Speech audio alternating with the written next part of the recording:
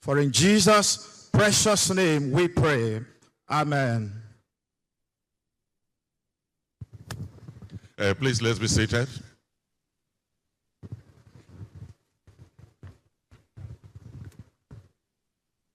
Your Excellency, the Vice President of the Federal Republic of Nigeria, His Excellency Senator Kashim Shettima GCON. Let me welcome very specially the wonderful, dynamic, and hardworking Governor of Delta State, Right Honorable Elder Sheriff Oborowori. I'd like to thank you very much. Thank you. Thank you. I'd like to welcome the honorable ministers that are here. And I can see the Honorable Minister of Finance in our midst and other members of the Federal Executive Council that are here. Let me welcome the Deputy Governor of the state, the Speaker of the House of Representatives, and other members of the Delta State House of Assembly, the Chief Judge, and all the members of the State Judiciary that are here. I'd like to welcome the special daughter of the nation, the Director General of the World Trade Organization, Dr. Ngozi Okonjo-Iweala. I welcome you. Our keynote speaker is here, born in Africa, known all over the world, a pride of the continent, Dr. PLO Lumumba. I welcome you to Nigeria. Let me welcome all the members of the business community, captains of industry that are here, members of the diplomatic corps, development partners, captains of industry, our royal fathers, distinguished guests, ladies and gentlemen. Your Excellencies, there are moments in the life of every society that define not merely its present, but the course of its future. Moments when vision rises above ambition, when leadership meets opportunity, when ideas find investment, and when possibilities become prosperity. Today is one of those moments. Today we gather not simply to inaugurate another summit.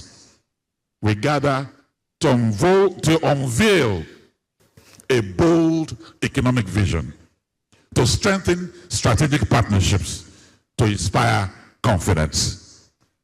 Delta State has made it very clear they are ready for business, for us to unlock the potentials of the state and bring prosperity to the people.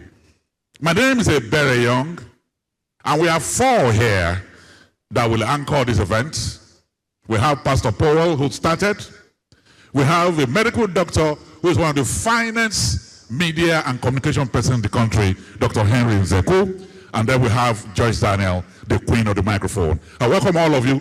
Four of us will anchor this event today. But let me welcome the Secretary to the Government of the State and the Chairman of the Planning Committee, Dr. Kingsley Eze-Emo.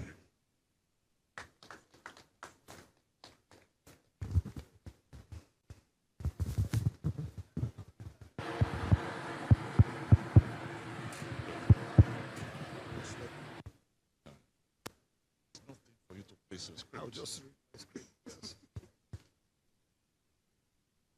Okay.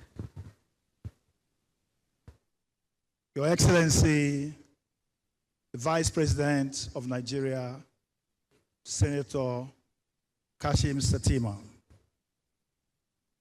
your other Excellencies here present, the keynote speaker, the chairman of the summit, and other distinguished ladies and gentlemen, please permit me to stand on the already established protocol. My simple task here is just to welcome you to Delta State and introduce you to Delta as well as its economy. Delta State sits on 18,050 square kilometers. 60% of it is land and 40% is water. Your guess is as good as mine what this distribution or categorization presents in terms of opportunities. We have 7 ethnic nationalities. You have the Robo, you have the Isokos, you have the Shekiris, you have the Jaws, you have the Anyoma and Oshimele, and you have the Kaz. This diversity lies our strength because all the cultural presentations are put in one spot to make us thicker and better as a state. And that's why we are often referred to as a mini Nigeria. We have 4 seaports, Warri, Koko, Brutu, and Saple. We have 2 airports, Asaba, an international airport, and Warri. Our population is about 6.2%, 6.2 million, and then we have 60% of them youthful and under 30. And that presents a lot of opportunities and also a lot of challenges in terms of job creation and other attendant requirements. So we're truly working on these statistics to see how we can get to the next level. We're second least poor state in 2020 by NBS. We're also second best run government in Nigeria only recently and only behind Kaduna State. And I'm sure that by the next dispensation, when that evaluation will be done, we'll obviously overtake them. On multi-dimensional poverty incidence, we are 47% as Delta State and below national average of 63. It means that we're within range and we're among the 9 least poor states. Our economy speaks volume. Our GDP, we're among the first 5 largest economies in Nigeria by GDP size. And we're 16.97 trillion, 2024 GDP NBS. 28.4% stands at non-oil oil GDP, while 71.43 stands on non-oil GDP. And that has a lot of story to tell, when indeed oil accounts for our highest revenue. Job creation, agric accounts for 32% of the 7.14% non-oil GDP, 32%, 18.5% real estate, 10% trade, 5.75% agric, and that shows the very communication and information accounts for 6.9. That tells you about the diversity of our non-oil GDP, and these are key drivers on the non-oil GDP. What is important and significant? 2019, as you can see in your prospectus, from 2019 to date, the GDP growth is about 13.4%.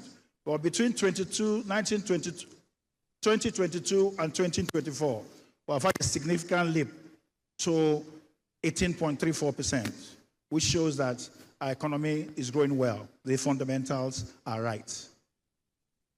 What we have done here, because we have these fundamentals right, is to invite the entire world to see the enormous job that this administration and previous administrations have done to put the state in a proper footing for investment.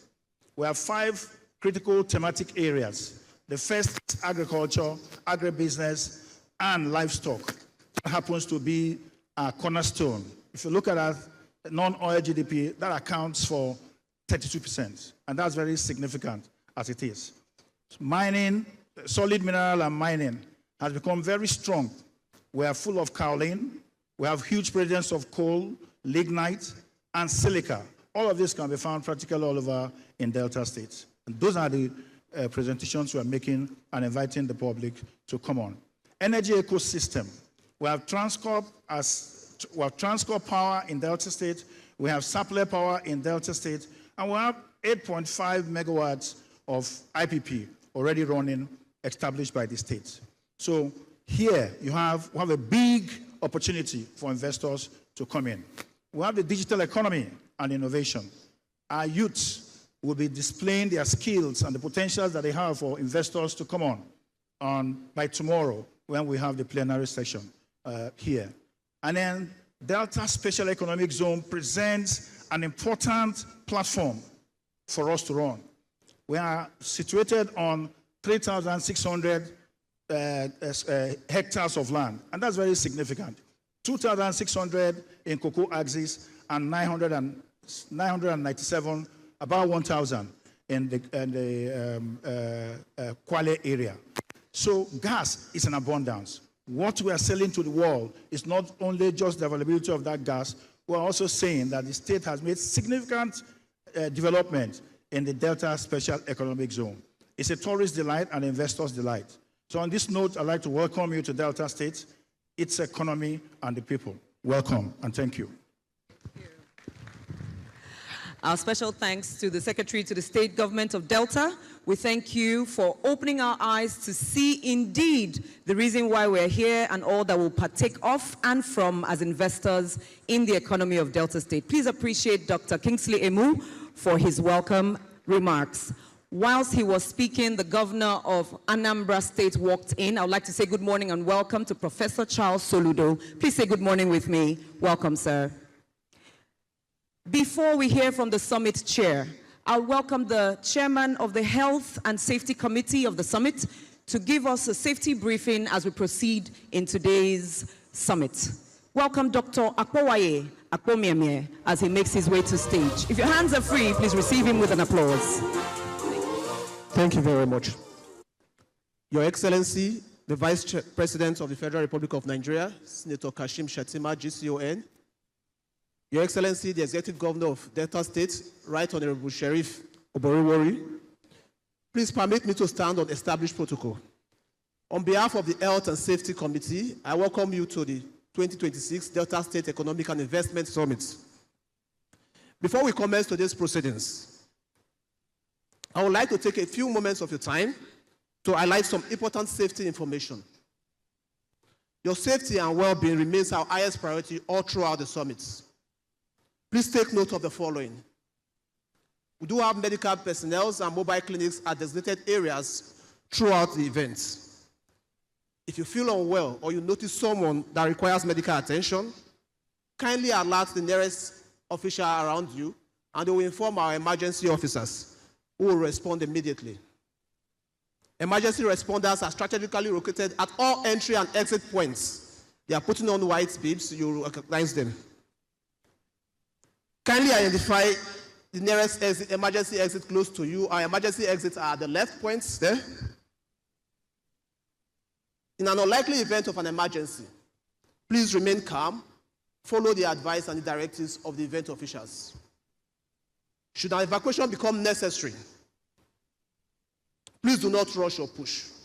Follow the advice of the event officers and they will direct you to designated assembly points. We encourage everyone to keep the aisles, the walkways, and the emergency exits free from all obstructions at all times, please. Please keep your personal belongings secured. Ensure your mobile devices are kept on silent all throughout these proceedings. Finally, we ask for your cooperation by following all the instructions from the event organizers, security organizers, and emergency responders whenever necessary. With your support and cooperation, we are confident that today's summit will be safe, productive, and successful. Thank you all for your attention. I wish you all a rewarding and memorable Delta State Economic and Investment Summit for 2026. Thank you. Thank you. Please appreciate Dr. Akpowaye for leading us into a safe and productive environment. It is my joy and my honor to bring up on stage a man who has spent over 4 decades proving that Delta State is beyond producing oil and gas, but also to build companies based on it. He's a son of Ndokwa land right here in Delta, started his education right here in Delta before he went to the University of Nigeria, Nsukka, to graduate top of his class in geology. Started his career in 1980 as a well site geologist with NNPC, grew his career to found Platform Petroleum in 2002, one of Nigeria's 24 marginal field awardees to actually bring its field into production, and of course that field is situated right here in Delta State. By 2010, he went on to co-found Seplat Petroleum and served as its pioneer chief executive officer. He has built into Nigeria's preeminent indigenous oil and gas independent, achieving the great feat of dual listing on the Nigerian Stock Exchange and the London Stock Exchange. Today, he serves as founder and executive chairman of the AA Holdings and sits on the board of the NNPC by presidential appointment. Colleagues who know him and have worked with him say he is methodical and meticulous, and he has brought these traits to serve as the chairman of the summit. Please welcome for his remarks our chairman today, Engineer Austin Avuru. My boss. You do this one, Your Excellency, the Vice President of the Federal Republic of Nigeria, Your Excellency, the Governor of Delta State and Chief Host, Your Excellency, the Governor of Anambra State, and all distinguished ladies and gentlemen here present. What I will try to do is to situate this summit in the right context and to try to establish that this is not just another talk show. This is the beginning of a new movement in Delta State. Let me start with a few fundamentals. Around the world, hydrocarbon-rich countries are consciously rebuilding their economies to achieve prosperity after oil. They are using oil, revenues from oil, to build a future economy that will be prosperous even after oil. And this is because oil and gas is a finite and wasting resource. Examples of countries like Norway, 40 years of oil and gas production in the North Sea, has built a sovereign wealth fund that is approaching $3 trillion. All the Arab oil-producing countries, Kuwait, Saudi Arabia, UAE, are doing exactly the same thing. The lesson here is that even here in Nigeria, hydrocarbon-rich states must take lessons from what these countries have done. Subnationals going forward must now intentionally and consciously move beyond dependence on the center. We have to consciously build a subnational economy based on the niche areas of competitive advantage that we have. We have to provide the environment to attract massive and sustained private sector investments through deliberate, well thought out programs that create relative ease of doing business. Let me just highlight a few focus areas here in Delta State. Maritime commerce. As the Secretary to the State Government pointed out, we have 4 ports: Warri, Sapele, Koko, and Burutu. 2 interconnected airports. And by design, an interconnecting express route from Warri through Ughelli, Kwale to Asaba that not only connects the 2 airports, but connects our ports to markets. So what are the enablers to ensure that we benefit the most from these maritime endowments? We will have to dredge the waterways, Escravos, Warri, and Benin rivers, to allow bigger vessels into these ports. It sounds very simple, but if you do this, the traffic into each of these 4 ports and across the state will more than quadruple. The road infrastructure connecting these areas, these key areas, must come under continuous maintenance. Continuous maintenance. If the roads become unusable, these assets will start to waste. Agriculture. We have avenues for aquaculture, ranching, large-scale cassava production, and oil palm. But what do we really need to do as a state to enable this? The state will have to build land banks, different. If we have 30,000 hectares of land acquired by the state and made available to investors, for anyone, critical investors in the oil palm space to come in and lead.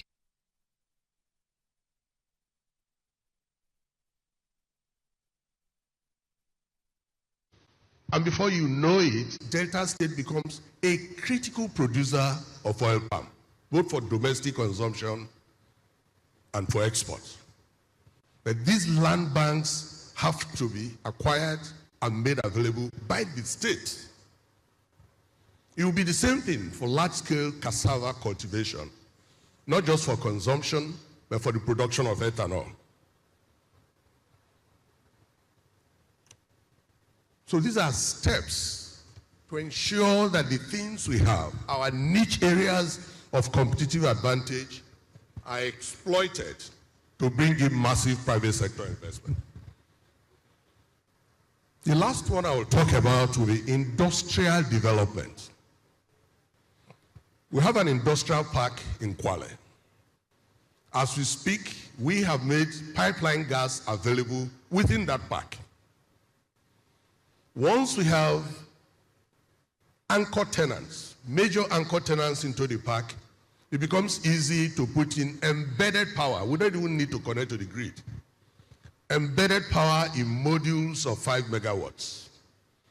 And once you have electricity and you have pipe gas available in an industrial park, the rest is easy for the private sector to come in and invest massively. We have an additional industrial park. In addition to pipeline gas being close by, cocoa itself is a port. So we can also have food processing centers and agricultural centers once these enablers that I've just mentioned are made available. So what will His Excellency, the Governor, focus on going forward?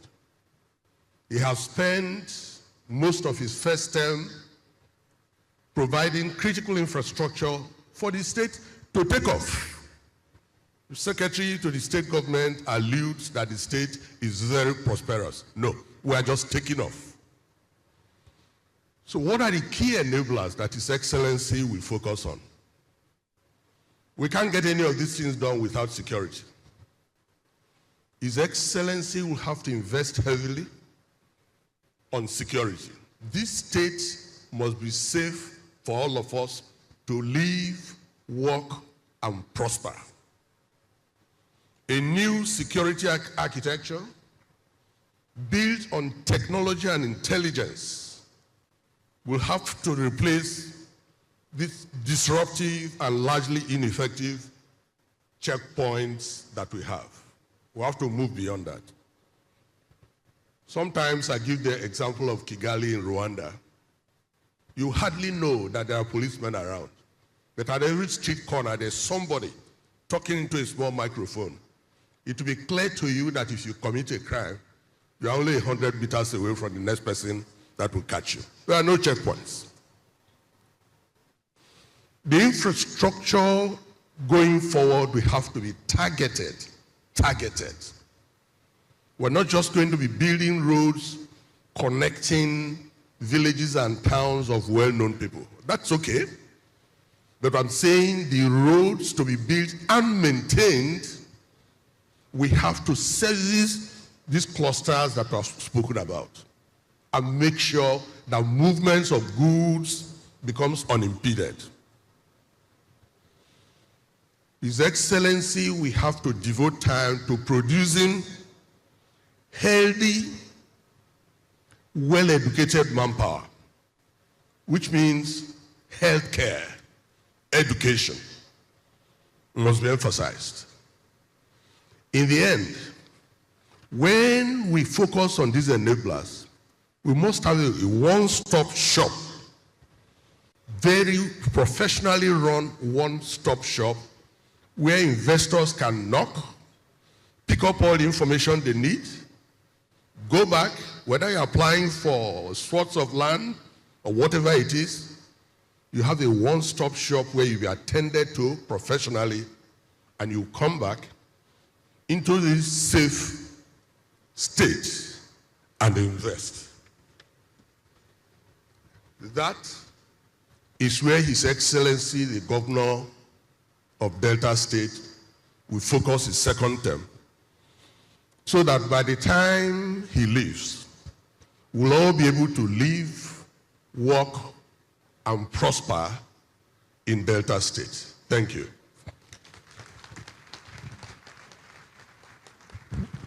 I think it deserves a better round of applause. There has been Mr. Austin Navarro, a geologist by training.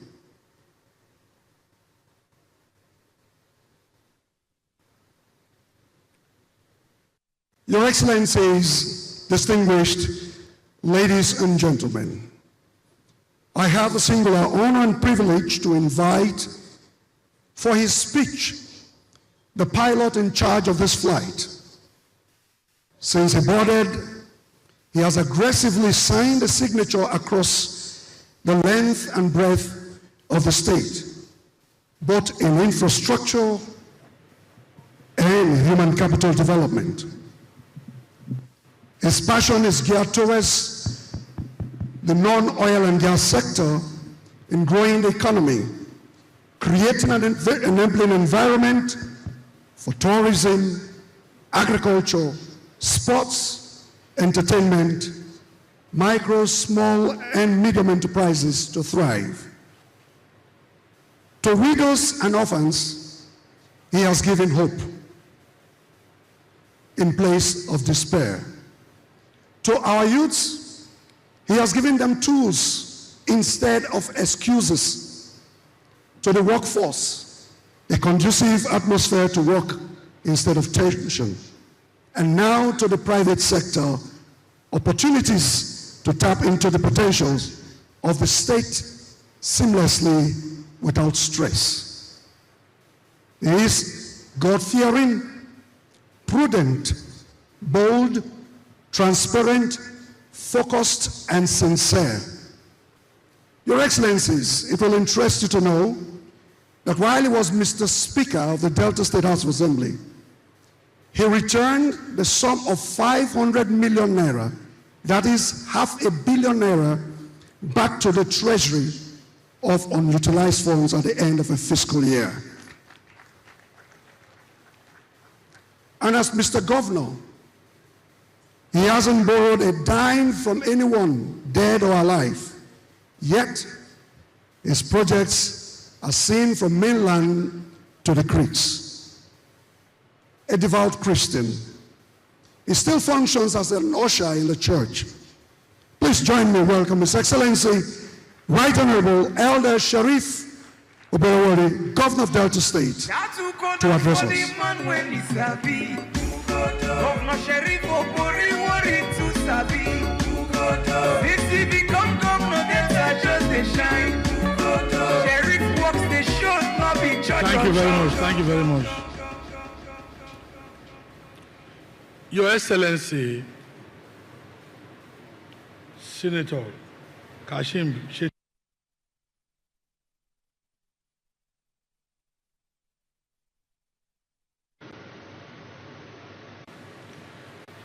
Your Excellency, my dear brother and neighbor, Professor Charles Chukwuma Soludo, CFRO, Governor of Anambra State. Your Excellency, Sir Monday Uyeme, very reliable and reliable Deputy Governor. Your Excellency, Senior Dr. Ifeanyi Okowa, the immediate past Governor of Delta State. Distinguished Senator Edward Afinone, and members of the House of Reps are here. You can see Right Honorable Mutu, Right Honorable Victor Wunkolo, Right Honorable Thomas Eritomi, very respected guests are here, the Minister of Finance, the Minister of State Gas, members of the Diplomatic Corps, Chairman of the Summit, Engineer Austin Avuru, our keynote speaker, daughter of Delta State, Dr. Ngozi Okonjo-Iweala, GCON.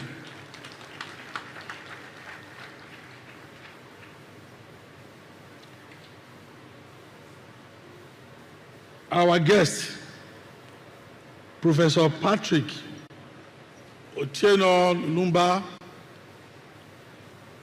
who is also here, Captain of Industry, members of the organized private sector, and investors. You can see the ambassador of Brazil is here, the ambassador of Malaysia, they are all here, top government functionaries, our very royal fathers, stakeholders, gentlemen of the press, ladies and gentlemen. Today marks the crystallization of a journey that began in July and August 2025, when I led a delegation of cabinet members to China and Brazil, respectively, to seek partnerships to explore and enhance the economic and investment opportunities in Delta State. This forum presents us with a golden opportunity to match words with actions, align expectations with specific goals, and seek those goals with measurable results. It is therefore my honor and pleasure to welcome you all to this Economic and Investment Summit, convened as part of my administration's strategic imperatives for building a robust economy that is adaptable to the physical, social, and technological changes of the 21st century. That this summit is not another talk show, like what the chairman said. It showcases our vision and strong will to reposition the state economy and enhance its competitiveness in business. Through this summit, we hope to connect ideas with capital, forge strategic partnerships, and maximize our competitive advantages as a state to build an enduring legacy of wealth and prosperity for the maximum benefit of current and future generations of Deltans and residents in the state. Before I proceed, permit me to specially recognize the chief guest of honor, Your Excellency, Senator Kashim Shettima, GCON, Vice President of the Federal Republic of Nigeria, Chairman of the National Economic Council.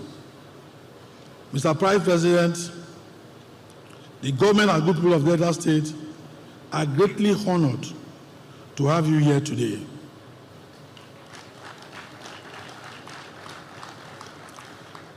I commend your calm disposition, your intellectual acumen, exemplary leadership, patriotic fervor, and commitment to collaborating with sub-national governments, such as Delta State, for the collective good of our country and its people. Let me use this opportunity to also congratulate you on your renomination as running mate to our president and leader, His Excellency, Senator Bola Ahmed Tinubu, GCFR. I extend my profound gratitude to our keynote speaker, Dr. Ngozi Okonjo-Iweala, GCON, a globally renowned economist and proud daughter of Delta State, for graciously making time in a busy schedule to deliver the keynote address on harnessing our strength and unlocking our potentials in Delta State. I do not doubt our contribution today will enrich the library of thoughts and information on public-private partnerships for sustainable economic growth. Thank you for putting Nigeria on the world stage. We are proud of you.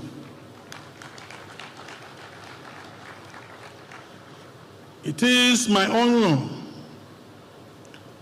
and pleasure to welcome my brother governor, who is guest of honor, Professor Charles Chukwuma Soludo, CFRO, the governor of Anambra State, for this summit.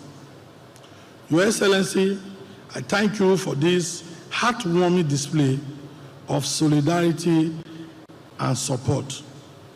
You're always attending my invitations. God will continue to bless you, sir.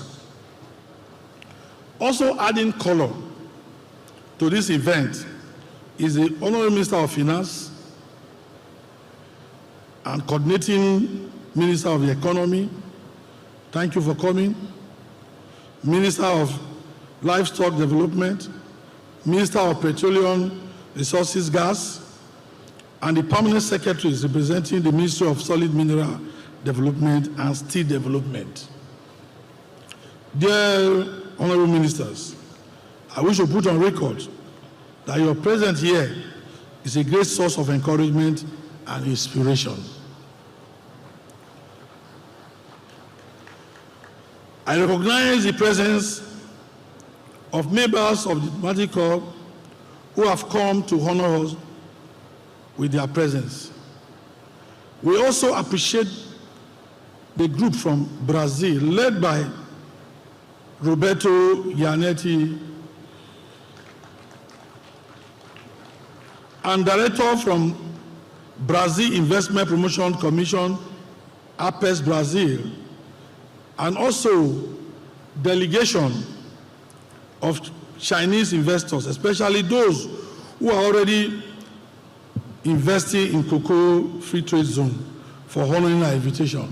Chairman, they are also an anchor, people already, maybe not probably brief. We have people already coming to invest in that Cocoa Free Trade Zone. And I also know that you also discussed with me that you're also interested. You also want to invest there. Guys, so thank you very much. We are equally honored by the presence of Engineer Austin Avuru, an accomplished entrepreneur and a major player in the Nigeria oil and gas sector, who is the chairman of this summit. Engineer Avuru is a shining example of vision, courage, and resilience for the younger generation of Nigerians to emulate. And I thank you for agreeing to be the chairman of this summit. I also convey the of the and good people of Delta State, to Professor Patrick Otieno Lunumba, this gifted public speaker has carved a niche for himself through his bold and thought-provoking insights into the peculiar challenges of politics and governance, especially in Africa. Thank you, Professor Lunumba, for your interest in our state and in prosperity and progress of African continent. Today, Delta State, with a population of over 6 million people, blessed with abundant mineral resources, rich in vegetation, fertile soil for agriculture, multiple urban centers, an enlightened populace, improving infrastructure, and a business-friendly climate.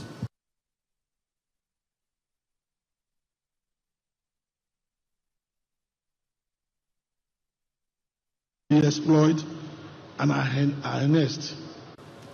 The economy is approximately 17 trillion naira, making the state a key driver of national economic growth and development.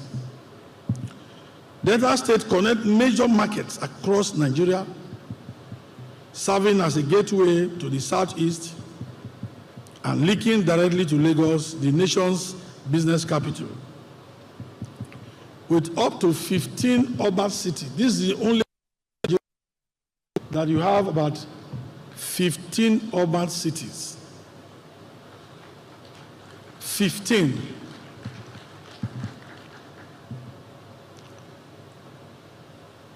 Its greatest asset remains its vibrant, hard-working people, celebrated at home and abroad for their industry and ingenuity. You can see purposely we invited Okonjo-Iweala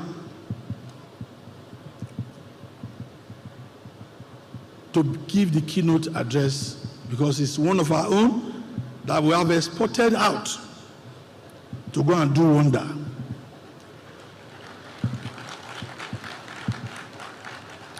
Austin Avuru is a son of the soil. We made him the chairman. There are so many, if we want to count, we can't and can't. And I'm proud to be a Deltan. So our goal today is to partner with prospective investors with the overriding objective of building a modern economy that is strongly diversified and therefore can withstand external shocks in line with the policy imperatives of the more agenda of this administration. This administration believes in a data-driven development model that is private sector-led and creates opportunities for our teeming youth population. Our primary goal today is to partner with interested parties to maximize our state competitive advantages, develop the non-oil sectors of the economy, create jobs, accelerate economic development, and achieve sustainable development. In view of the foregoing, our ease of doing business incentives are top-notch, ensuring that prospective investors have the conducive atmosphere to operate seamlessly and profitably.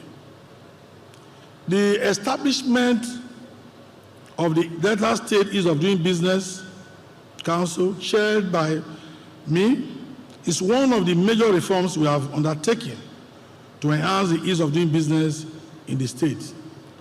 Also worthy of note is the granting of waivers of payment of tenement rates, fees, levies, and other charges to investor for up to 5 years after commencement of business.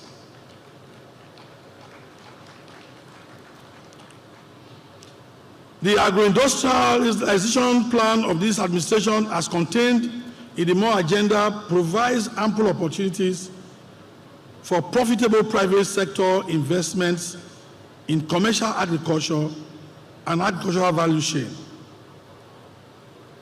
Investment opportunities abound in the value chain production of cassava, oil palm, rice, potato, and other cash crops. It is my pleasure to announce that in preparation for this summit, over 12,000 hectares of farmland have been earmarked for agricultural development for prospective investors. And in addition, Delta State has a coastline of 163 kilometers suitable for development of a thriving marine economy.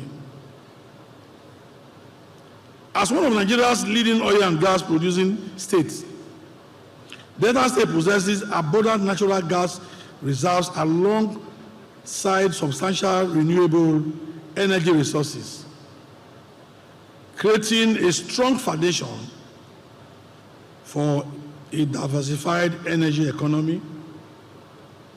Investment opportunities abound in gas-fired power plants, embedded and captive power systems, solar farms, mini-grids, biomass and waste-to-energy projects, hydro power, energy storage solutions, rural electrification, and the manufacturing and assembling of renewable energy components to support existing and potential enterprises in the state. It is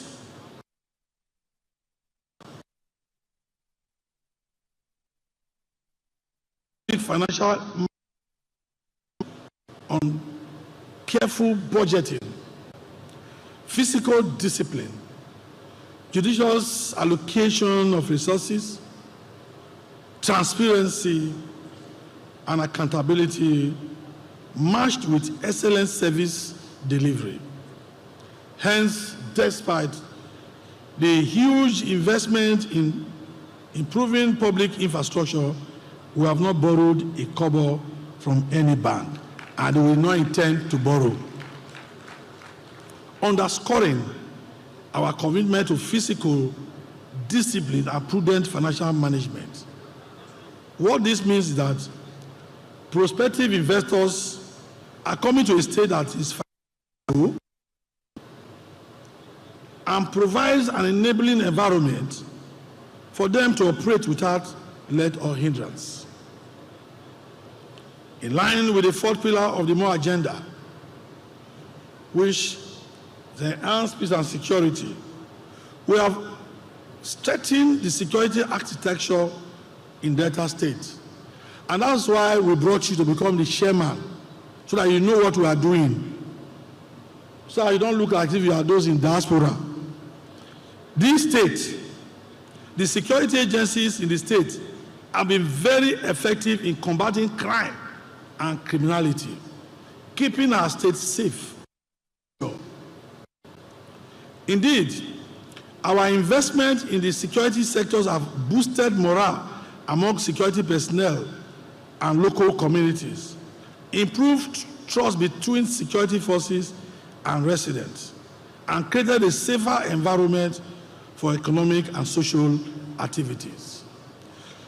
It might interest you to know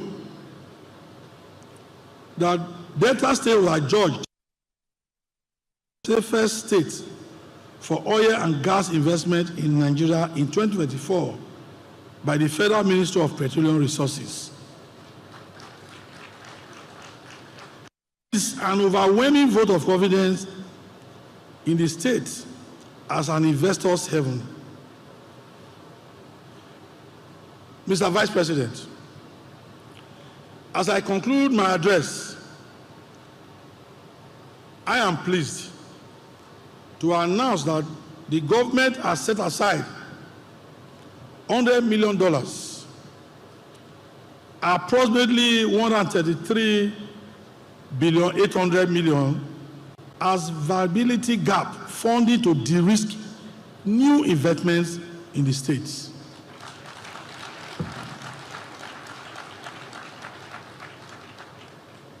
This one we are not borrow. We are not going to borrow the money. The money is there.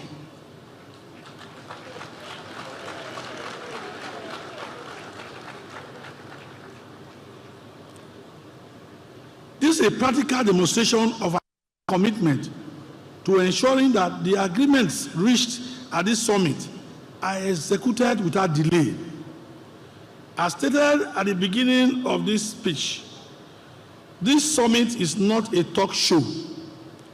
We are marching west with action. It is my earnest expectation that this marks the beginning of enduring strategic partnerships that will galvanize the massive industrialization of Delta states. Finally, I want to thank Mr. President,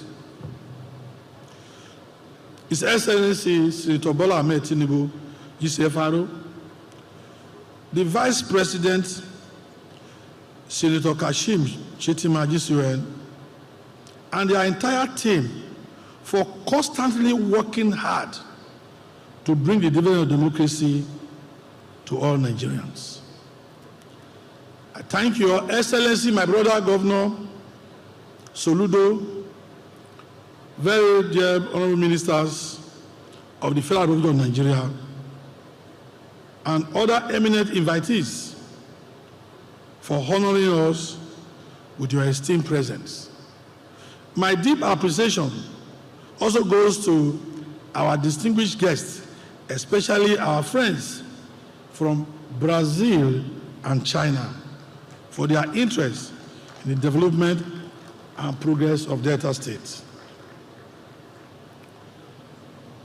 Your Excellency, the Vice President, this is Delta State. We are ready. We are stable. The state is peaceful for investment, and people are already. You look around, you see a lot of people are already. We have to close our portal. When we saw the registration getting to 4,000, we have to close it. We are ready. We cannot be depending only on oil. Oil has made us proud as a state, but we need to diversify. And that is the reason we have decided to organize this summit. The journey that we took to Brazil is working well. The China one is working well. The investors are here, and it is my belief that at the end of this summit, Delta State will smile and will be able to do things, do the needful by the grace of God. Thank you, and God bless you all.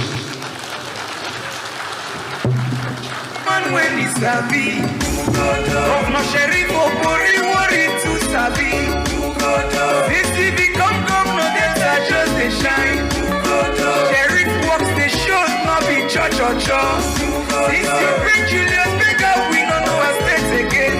Governor Sheriff, not the man when he's sabi. For accountability, you be number one.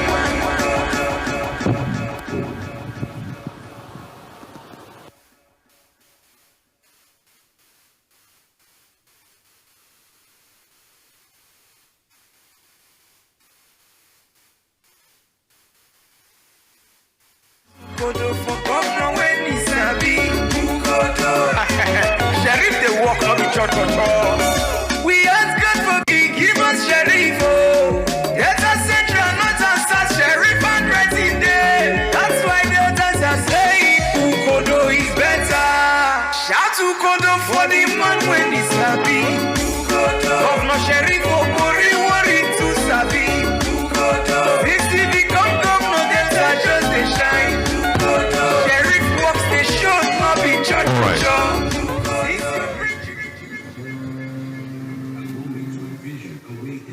possibilities emerge and ambition becomes action.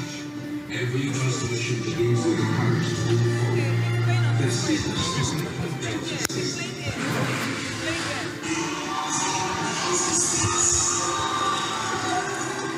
Bold, resilient, forward-looking, a state in business future with confidence.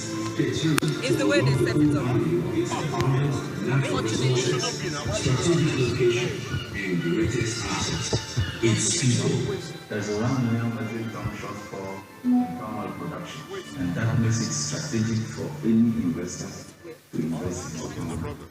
Economic growth and vision are products of strategic thinking. A vision that transforms possibility into prosperity. Economies are being reshaped even as markets evolve.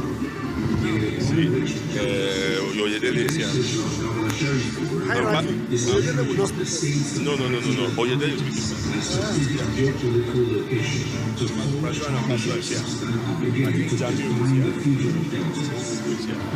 Therefore excited to be from this prospective partnership. Yes, he is. As governor of Delta State. At a defining moment in Nigeria's economic journey, what we are seeing coming out of Delta, we can rest assured that you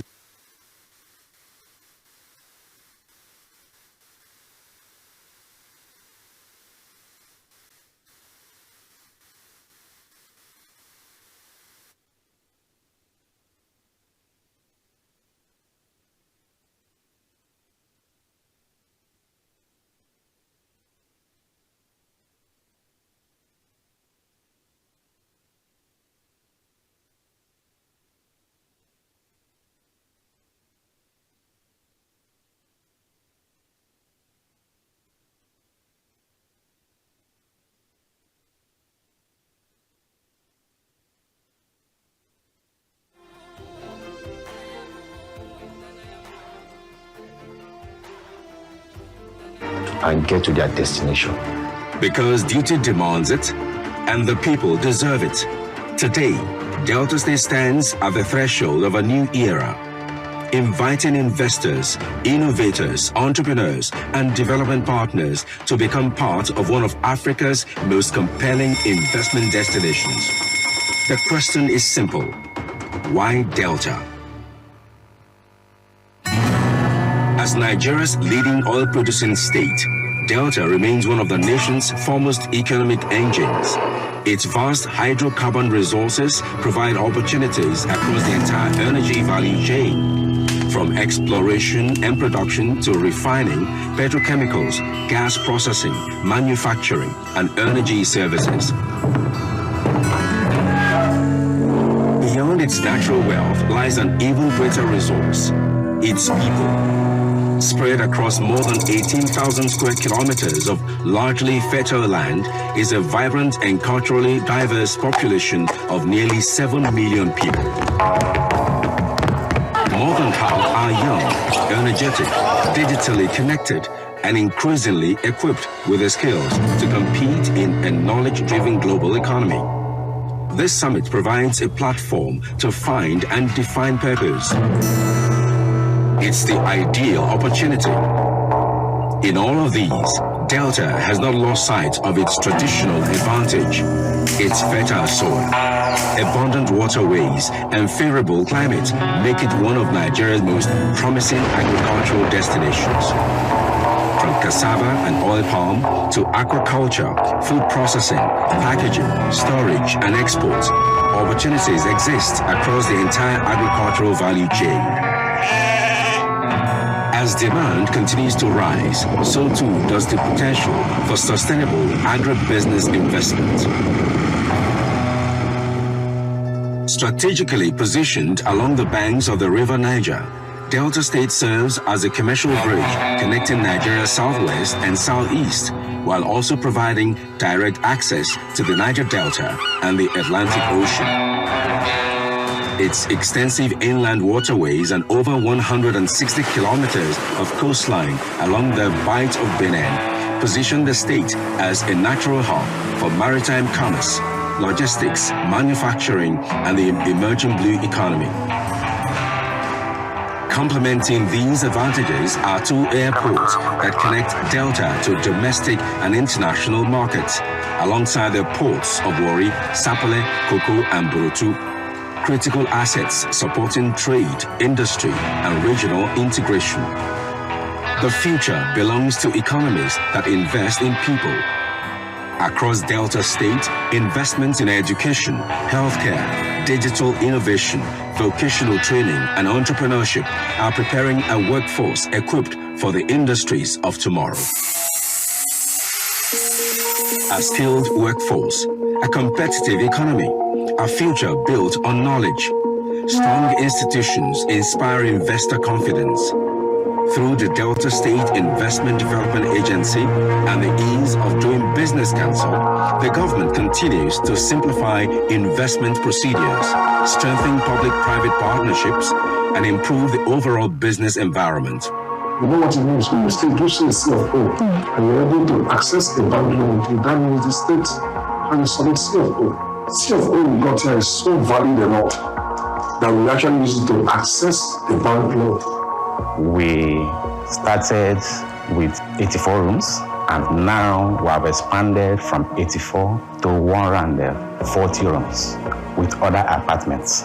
Anybody that wants to come to Asaba to invest and follow what we are doing, we do well. We already have a government that have put infrastructure, that have put reform that's going to protect us. That's the confidence we have. Few projects better illustrate Delta's industrial ambition than the Delta Special Economic Zone, which oversees the Koko and Kwale Free Trade Zones. The Kwale Free Trade Zone, strategically located in Kwale and sitting atop vast natural gas reserves, offers industries access to reliable energy, the lowest priced comparative gas cost in Nigeria, overall competitive operating costs, and abundant raw materials. With attractive fiscal incentives and significant opportunities across manufacturing, petrochemicals, logistics, and export-oriented industries, the Free Trade Zone is rapidly emerging as one of West Africa's most promising industrial corridors. As of today, 215 trillion natural gas reserve, Nigeria. That placed Nigeria on number 10 in the global game. Now this 215 trillion gas reserve, 80 trillion is in Delta.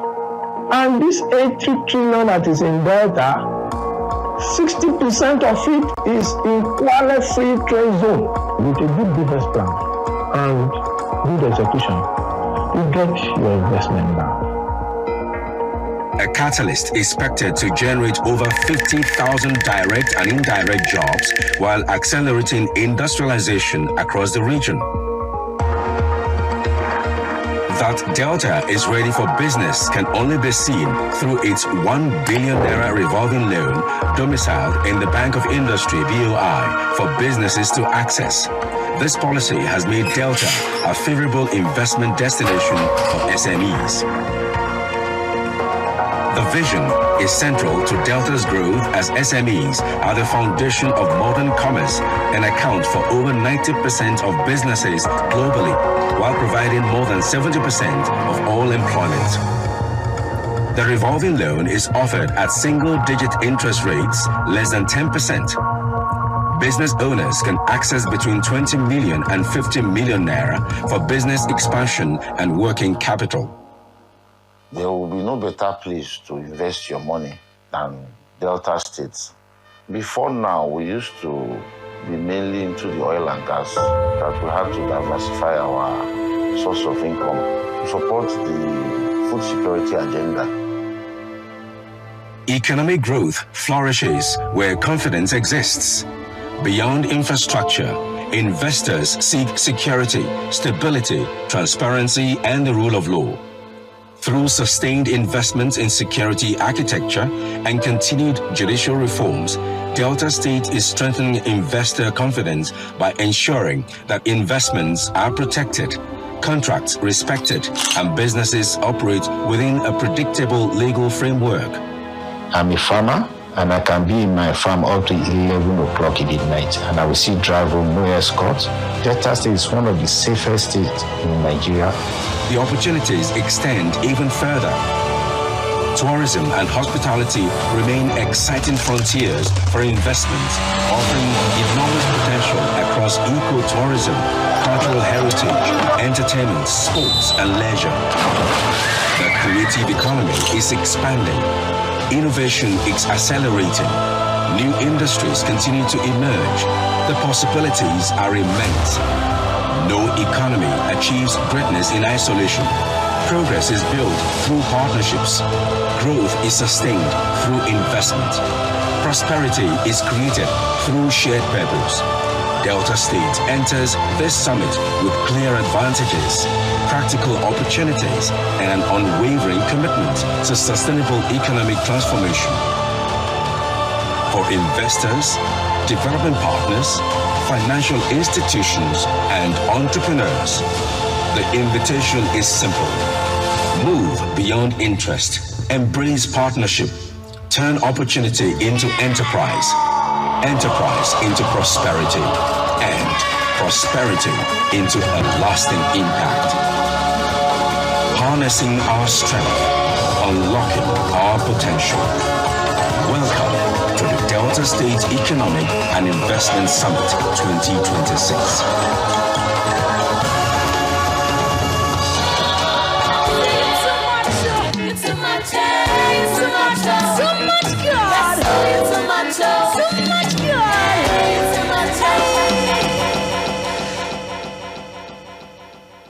His Excellency the Governor informed us during his speech that they had to shut down the portal when number of registrations appeared to exceed 4,000.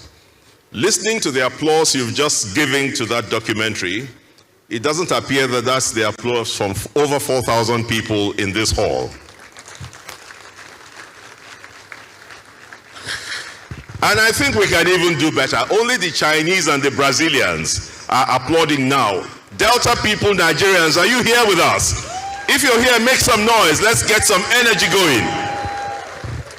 Yep, that's the way it should go. Thank you very much, everyone, for being here. Your Excellency the Vice President, we thank you. Also, because of you, we have been reliably informed that you need to go and attend to national matters by attending the NEC meeting today. I hope that that is correct. So that being the case, we're having to speed up things a little bit. So please advance notice and apology to all who will be speaking after now. We plead with you to keep your presentations here to no more than 2 minutes. And I can also report that the only person who has indicated that they will not abide by the 2-minute timeline we're giving, he's already smiling, is the Honorable Minister of Finance. So, Your Excellency the Governor, I think we will delay his speaking until you persuade him that he has to abide by the 2-minute time limit. Do I have your permission on that, sir? Fantastic. So whilst I give them time to consult, let me quickly invite the Managing Director of NDDC, Chief Samuel Obuku, PhD. If you're here, please come forward now and set the tone for our goodwill messages. Remember, 2 minutes. 2 minutes. Thank you, sir.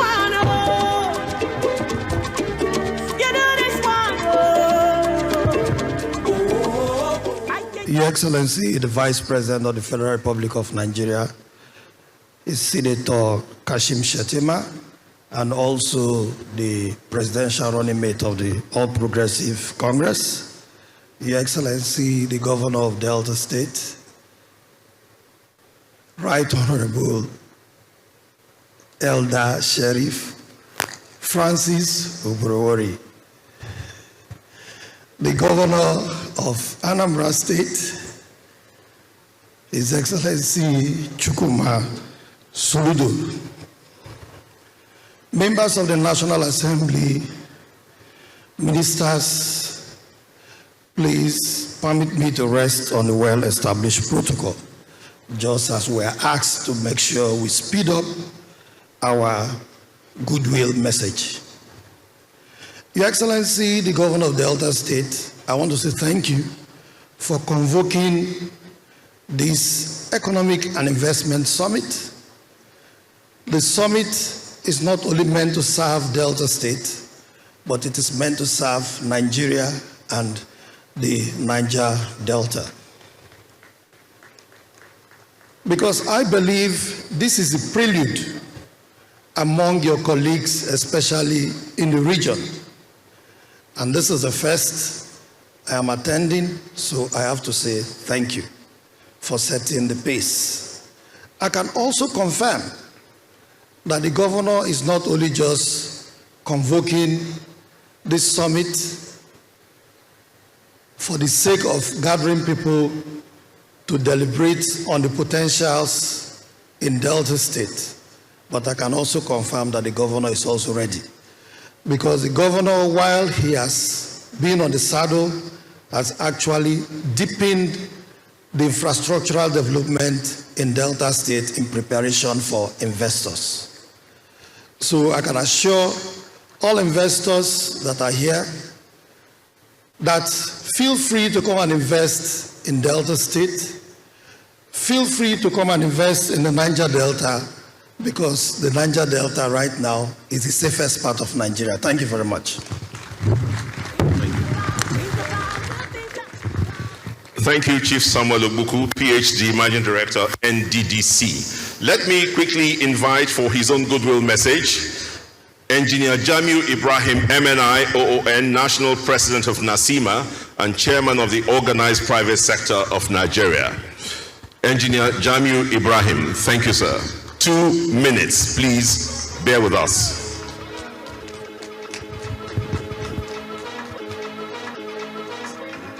How are you, sir?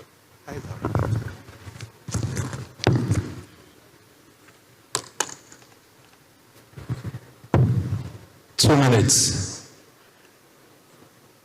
Your Excellency, Senator Kashim Shettima, GCON, Vice President of the Federal Republic of Nigeria, and the great promoter and supporter of the organized private sector, Your Excellency, Right Honorable Sheriff Oborori, Executive Governor of Delta State. Your Excellency, I practice all through the night to be able to say and pronounce your name correctly. I hope I did not damage it. Your Excellency, the Governor of Anambra State, Professor Charles Chukwuma Soludo, honorable ministers who are here, please, I apologize that because of time, I will not be able to call you individually. But let me recognize the chairman of today's occasion, Engineer Austin Avuro, a friend, a classmate, and a founder of Seplat, one of the most successful oil and gas companies in Nigeria. Let me recognize our mother, the Director General of the World Trade Organization, Dr. Ngozi Okonjo-Iweala, GCON, will recognize you. And let me also recognize all of you who are present and permit me to recognize what the Master of Ceremony has described as captains of industry, but we would like to say generals of industry, because after 25 years of working hard to promote industry, you have been promoted since last year. Leaders of the organized private sector, I recognize all the members of NASIMA and DASIMA who are present. Distinguished ladies and gentlemen of the press, permit me to commend His Excellency, the Governor, for the Summit and the Summit Planning Committee for convening this timely and strategic gathering at a time when subnational competitiveness is increasingly becoming the driving force behind national economic transformation. This summit, therefore, demonstrates Delta State's commitment to positioning itself as a preferred destination for investment, enterprise, and sustainable development. I would like to leave one challenge to His Excellency the Governor. that please look beyond Nigeria and try to compete with countries outside Nigeria. One of the key words that we'd like to add in closing is a one word, one enterprise, labor-intensive village enterprises to take care of the teeming population for inclusive growth, in our country. But permit me, Your Excellency, as the apex body representing chambers of commerce across Nigeria, NASIMA remains committed to working with the federal government, state governments, and development partners. But I have an appeal for Your Excellency, which I would like to put before you. Permit me to draw your attention to an issue that is of considerable importance to the organized private sector in Delta State. We humbly appeal to your administration to reinforce its partnership with organized private sector by granting the Delta Association of Chambers of Commerce, Industry, Mines, and Agriculture, DASIMA, the exclusive use and uninterrupted use of the DASIMA City Chambers building for your kind permission, sir. On behalf of NASIMA, therefore, in closing, the organized private sector of Nigeria, I congratulate the government and the good people of Delta State on this important initiative. We wish the summit fruitful deliberations and every success in advancing a more prosperous, competitive, and investment-friendly Delta State, one that is truly harnessing its strength and unlocking its potential. I want to thank you all. May God bless Delta State. May God bless the Federal Republic of Nigeria. And may God bless and protect our federal and defense forces. Thank you very much for this opportunity. Thank you very much. And this way, sir. Okay. Thank you very much, Engineer Jamiu, for your very hearty comments. Please would like to inform all others who are coming up here, kindly do us the favor and not repeat the protocols. Please kindly do us the favor not repeating the protocols. There's no need. We already know who's here and everyone has been appropriately recognized. Before I bring up the next speaker, let me quickly recognize the Executive Chairman and Chief Executive Officer of the Presidential Initiative on Compressed and Natural Gas and Electric Vehicles, PI, CNG, and EV. His name is Barrister Ishmael Ahmed, OON. Where is he? Barrister Ishmael? You need to rise to your feet, yes? Okay, maybe you should come here. They need to see you. I know the Vice President knows you already. Just come, let's see you and applaud you. This initiative, presidential initiative, has donated 5 CNG buses to Delta State as a startup, and they have promised that more will follow. And that is the gentleman who is at the head of the Presidential Initiative on Compressed and Natural Gas and Electric Vehicles, Barrister Ishmael Ahmed, OON. Thank you very much. All Deltans appreciate you for what you have done and what is to follow.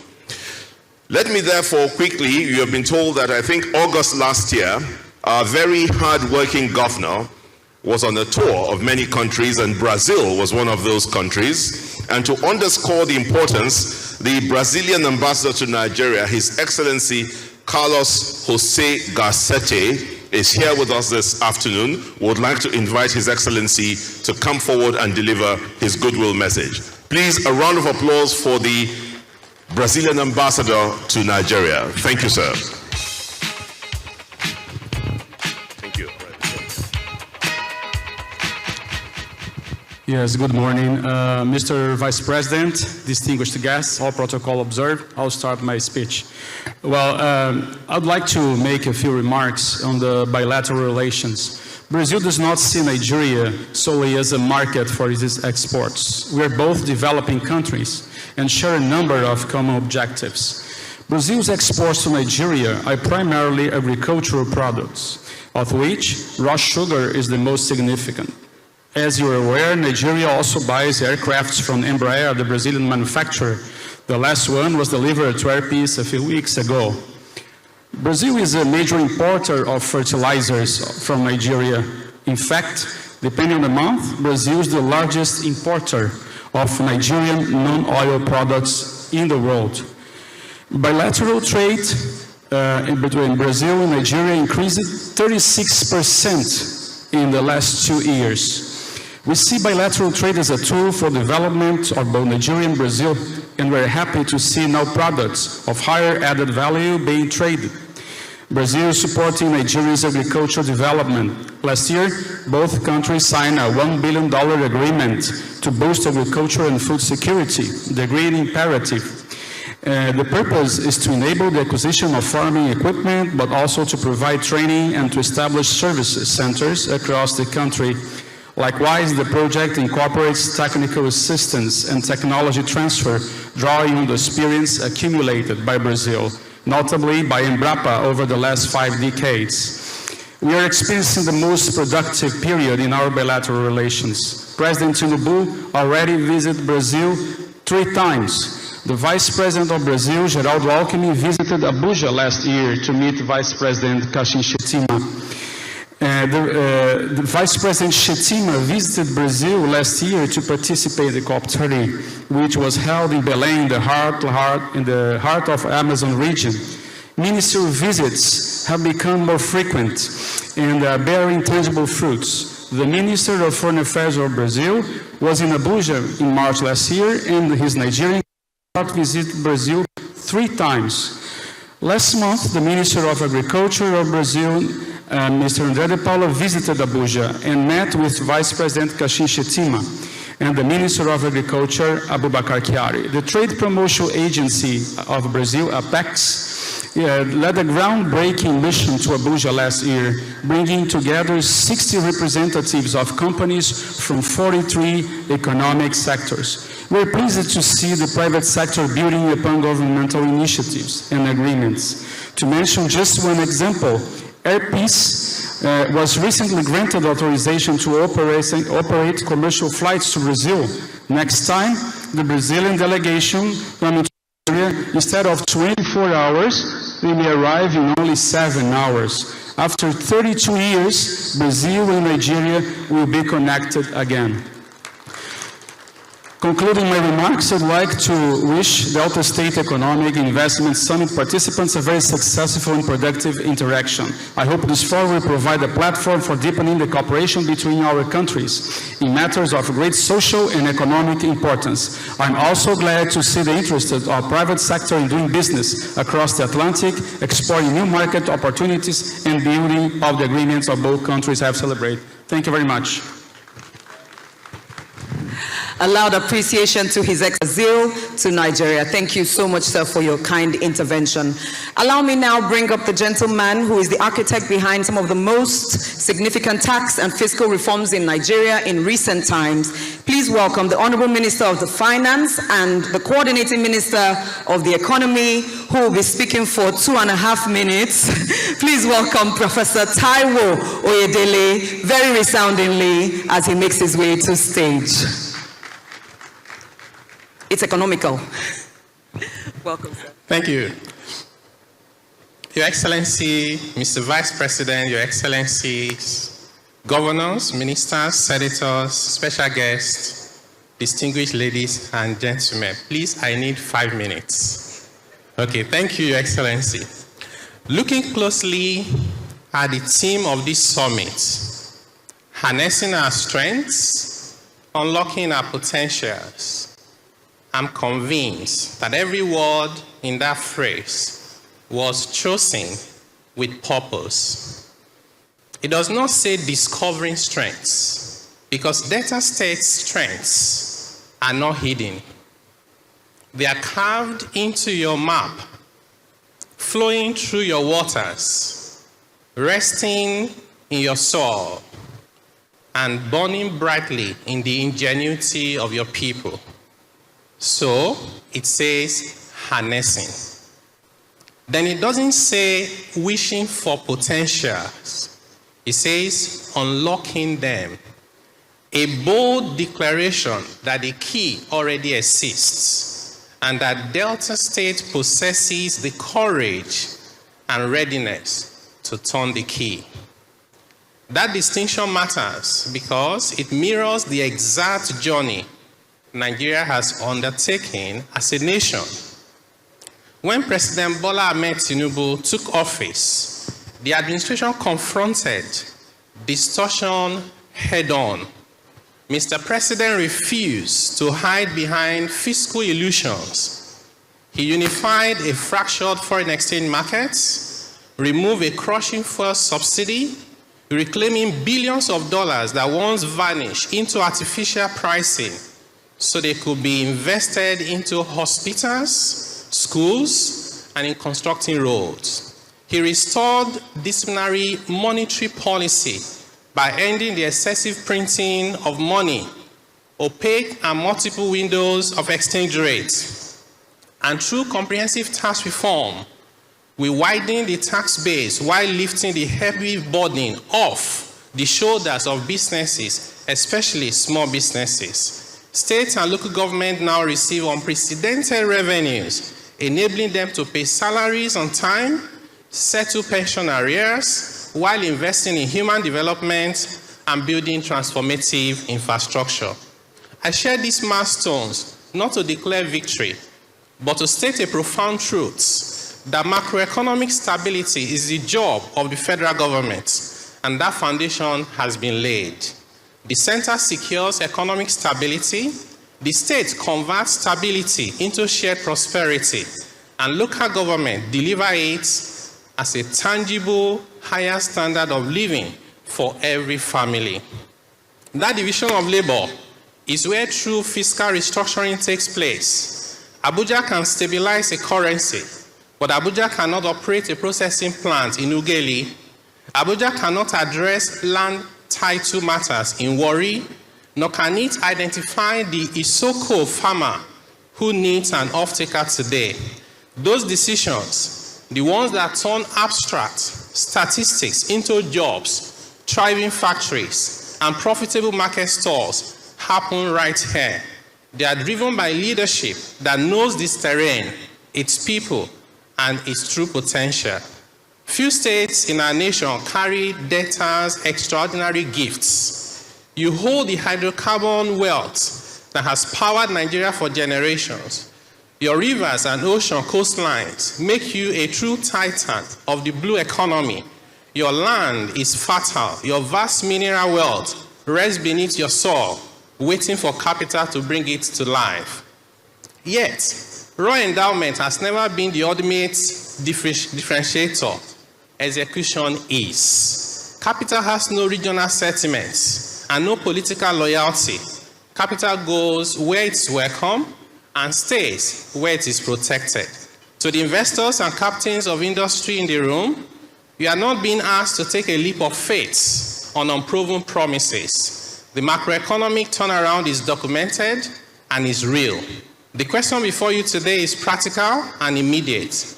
Whether you will put your money and your investment where there is visionary state leadership that meets economic opportunity here in Delta States. The federal government is delivering on its commitment at the center. Delta State is proving its commitment here today.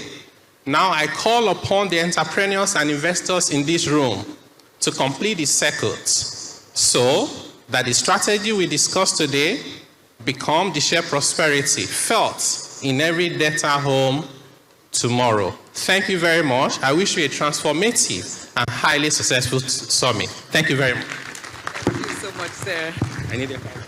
Thank you, Professor Taiwo Oyedele. Judiciously spent less than 5 minutes encouraging investors to not only invest in Delta State for the sake of investing, it will transform the entire nation from homes and households to businesses and enterprises. Once again, please appreciate the Honorable Minister of Finance and Coordinating Minister for the Economy.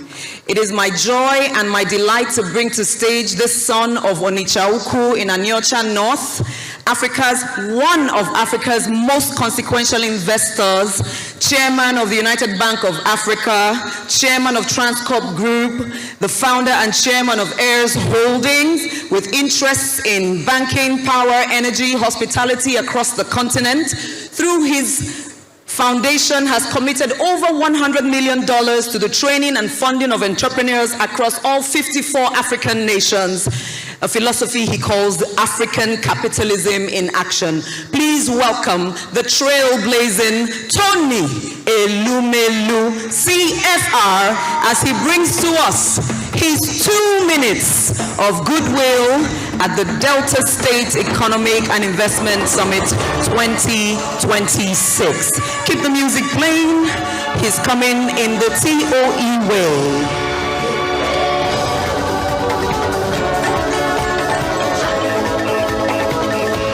Ladies and gentlemen, keep the applause louder as he makes his way to stage.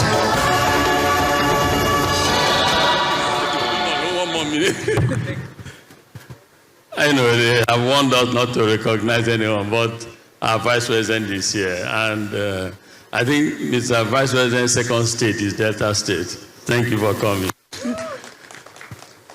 I like to congratulate our governor, hardworking governor, energetic and young, for what he is doing to help develop our state. On TV, social media, I watch and I see so many things happening in Delta, and it makes me very proud to be a son of the state. I see people who are building estates in Delta State. One day I was watching one, I said, where is this? And later I saw Asabas. This is in Delta State. Your Excellency, well done. All I want to say is Delta is very safe for investment, hospitable, and very receptive to people. As a group, our group, one of the things we do in our group, we're into power generation and power distribution. Everything we discuss here needs to be powered. We need to provide electricity to make sure it works. In Delta State, we have a 1,000 installed electricity generating capacity at Wheelie. They call Transcorp Power Wheelie. Unfortunately, we do about 500 megawatts a day because of some constraint, gas issues, and evacuation issue. But, Mr. Governor, we would like to discuss with you to see how we can help or partner with you with Delta State to make electricity generation and distribution to the last home in Delta State affordable and possible. I believe that that will help us to truly create employment, alleviate poverty, and industrialize our state. So that will be our group's contribution to what you're doing here. Thank you for what you're doing in Delta State. Congratulations, and thanks to everyone for coming to Delta State. Thank you.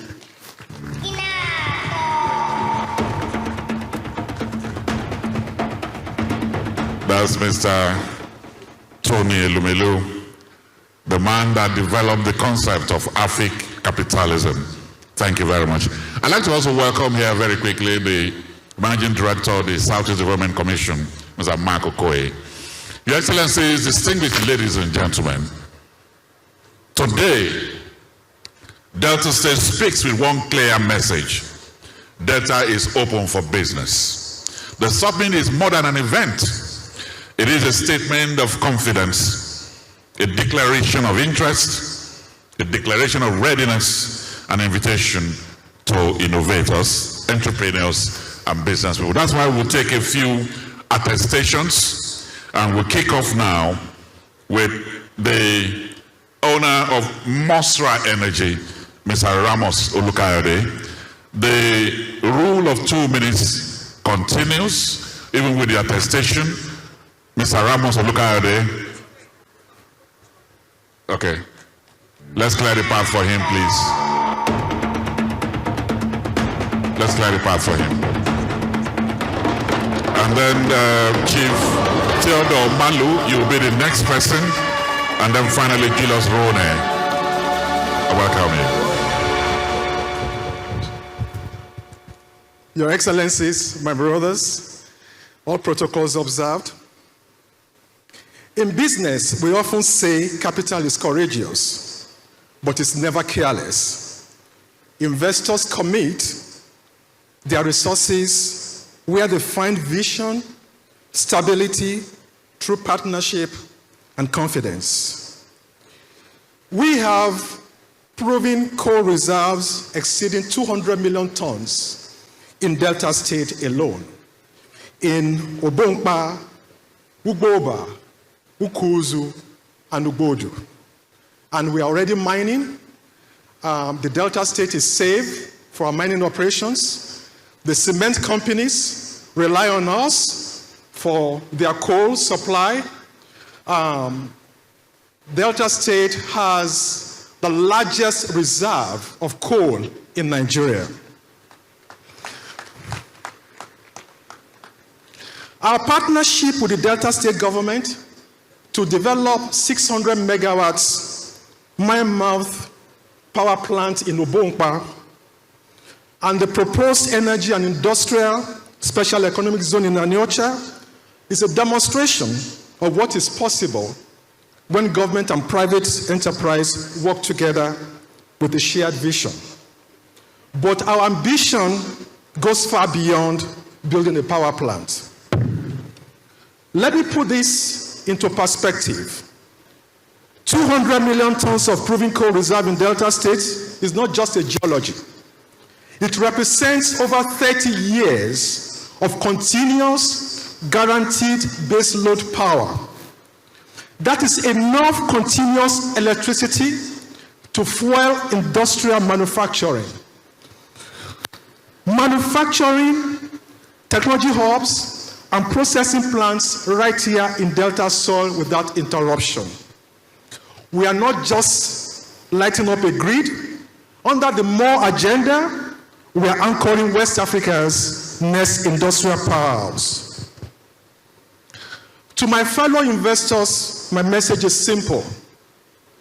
The best time to invest is before everyone else discovers the opportunity. And that time is now.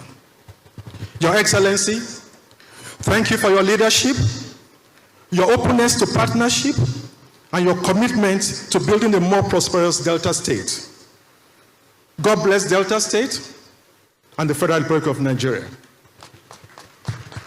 And God bless you too. Thank you very much. Thank you. Your Excellency, distinguished ladies and gentlemen, very quickly, Chief Theodore Omalu, Falkland Limited, is next.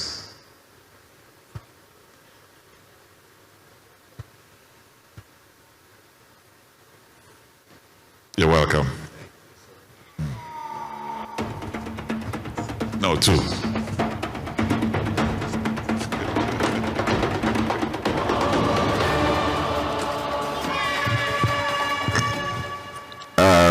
Distinguished guests, good morning, everybody. It is a great pleasure and privilege to be here today at this prestigious Delta State Economic and Investment Summit. I sincerely appreciate the Delta State government for creating this platform where government, investors, and the private sector can come together to unlock the enormous potential of this great state. The theme of this summit, harnessing our strength and unlocking our potentials for accelerated economic development, resonates deeply with us because our project, Niger City, is in many ways a practical expression of that vision. We are harnessing the potential of River Niger and the Asaba waterfront to create land, new opportunities, new jobs, and a new economic frontier for Delta State. Our company is proud to be undertaking Niger City, an ambitious private land reclamation and waterfront development project along Asaba waterfront. Our vision is to transform underutilized riverfront wetlands into a modern, well-planned economic and urban district that will attract investment, create jobs, expand housing opportunities, and contribute meaningfully to the economic transformation of Delta State. We have had one dredger operating on this project for approximately 2 years to demonstrate our confidence in Delta State, our confidence in the future of Asaba, and our belief in the long-term potential of Niger City. We have also invested in an additional modern dredger to accelerate reclamation process. This is not simply an investment in equipment. It is an investment in a vision, an investment in Delta State, and an investment in the future. When fully developed, we envision Niger City as a landmark waterfront development supporting residential communities, commercial activities, tourism, hospitality, logistics, and other economic opportunities. Our confidence in undertaking a project of this magnitude also comes from experience. We previously participated in the development of Orange Island in Lagos Lagoon, a 50-hectare land reclamation project. Today, we are bringing that experience, knowledge, and determination to Delta State. I would like to express our profound appreciation to His Excellency, the Executive Governor of Delta State, for his visionary leadership and commitment to creating an investment-friendly environment. I wish to also specially recognize the Secretary to the State Government for all his support. Ladies and gentlemen, the story of Niger City is ultimately a story of partnership. Government provides an enabling environment. The private sector brings capital, expertise, innovation, and execution. Communities provide partnership and local support, and together we create sustainable economic value. To my fellow investors, I say, take a serious look at Delta State. The opportunities are enormous. Our experience with Niger City has reinforced our belief that when government creates the right environment and investors commit capital and expertise and perseverance, extraordinary things happen. This is why we remain committed to Delta State. We are committed to investing. We are committed to creating employment. We are committed to working with communities, and we are committed to contributing to the community transformation of this great state. Ladies and gentlemen,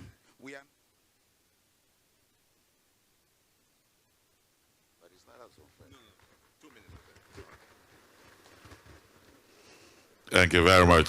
Thank you. That's how much he loves Delta State as an investor. We appreciate it. Finally, for attestations, let me welcome here Julius Rone, OFR, the GMD of UTM FLNG Limited. Julius Rone. Thank you. Your stride tells me that you are going to do 2 minutes. Thank you.